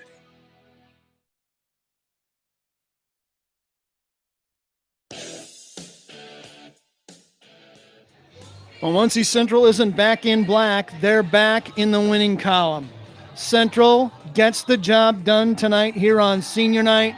They win for the first time since 2018, beating Anderson by a final score of 21-20. What a sensational back and forth game it was. We're going to give you a quick recap. Here's how the scoring went. Central broke the ice early. They blocked a punt deep in Anderson territory, and at 9:01 of the first quarter, Shaka Griffin on an 8-yard run into the end zone. Get used to hearing that combination. Griffin, an 8-yard run. The kick was blocked. It was Central 6-0. 7:31 of the first quarter, Anderson responds. Ivy on a touchdown run of 31 yards. The pass on the two-point conversion attempt failed, and we were tied at 6. That's how the first quarter ended. In the second quarter, Anderson got out in front. Armstrong on a 7-yard run at 6:06 of the quarter. They went for 2 again. The pass failed again. Anderson led 12-6, and that's where we finished things at halftime. Indians by 6. In the third quarter, Central had deferred after winning the coin toss. They took the kickoff. They went right down the field. Griffin on a 12-yard run to cap off the drive at 8:19. Lovell with the kick. Central led 13-12. Then in a nail-biter of a fourth quarter, really fantastic offense. Anderson first at 6:05 with a 2-yard run by Armstrong. The pass to Fuller on the two-pointer was good, and it was 20-13 Anderson. But Central just would not go away. At 4:26 of the fourth quarter, on an option play, a pitch out from Pittman to Griffin, perfectly timed on the edge. A great cut by Shaka to get into the seam, and he went right down the far sideline, 67 yards for the touchdown. Shaka got the call on the two-point conversion. If they fail, they trail, but he got it in the end zone to make it 21-20, and Central held down the stretch defensively and got it done. Final score, Central 21, Anderson 20. Unofficially in this game, Griffin with 3 TDs, 28 carries, 217 yards, all unofficial on my book. So we'll see how close I was tomorrow or the day after that. But the bottom line is Central stiffened when it had to. They got the job done, and they're going home with a win in the conference and a share of the conference lead a week into the season. That'll do it for tonight. Thanks for joining us on Beaver Media. I'm Brian Beaver. We appreciate you lending us your ears for a while.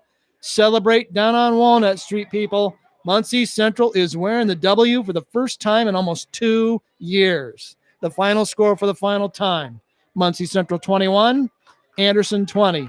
For all of us at Beaver Media, thanks for joining us. Have a great night. Enjoy your Labor Day holiday. And until next week, so long, everybody.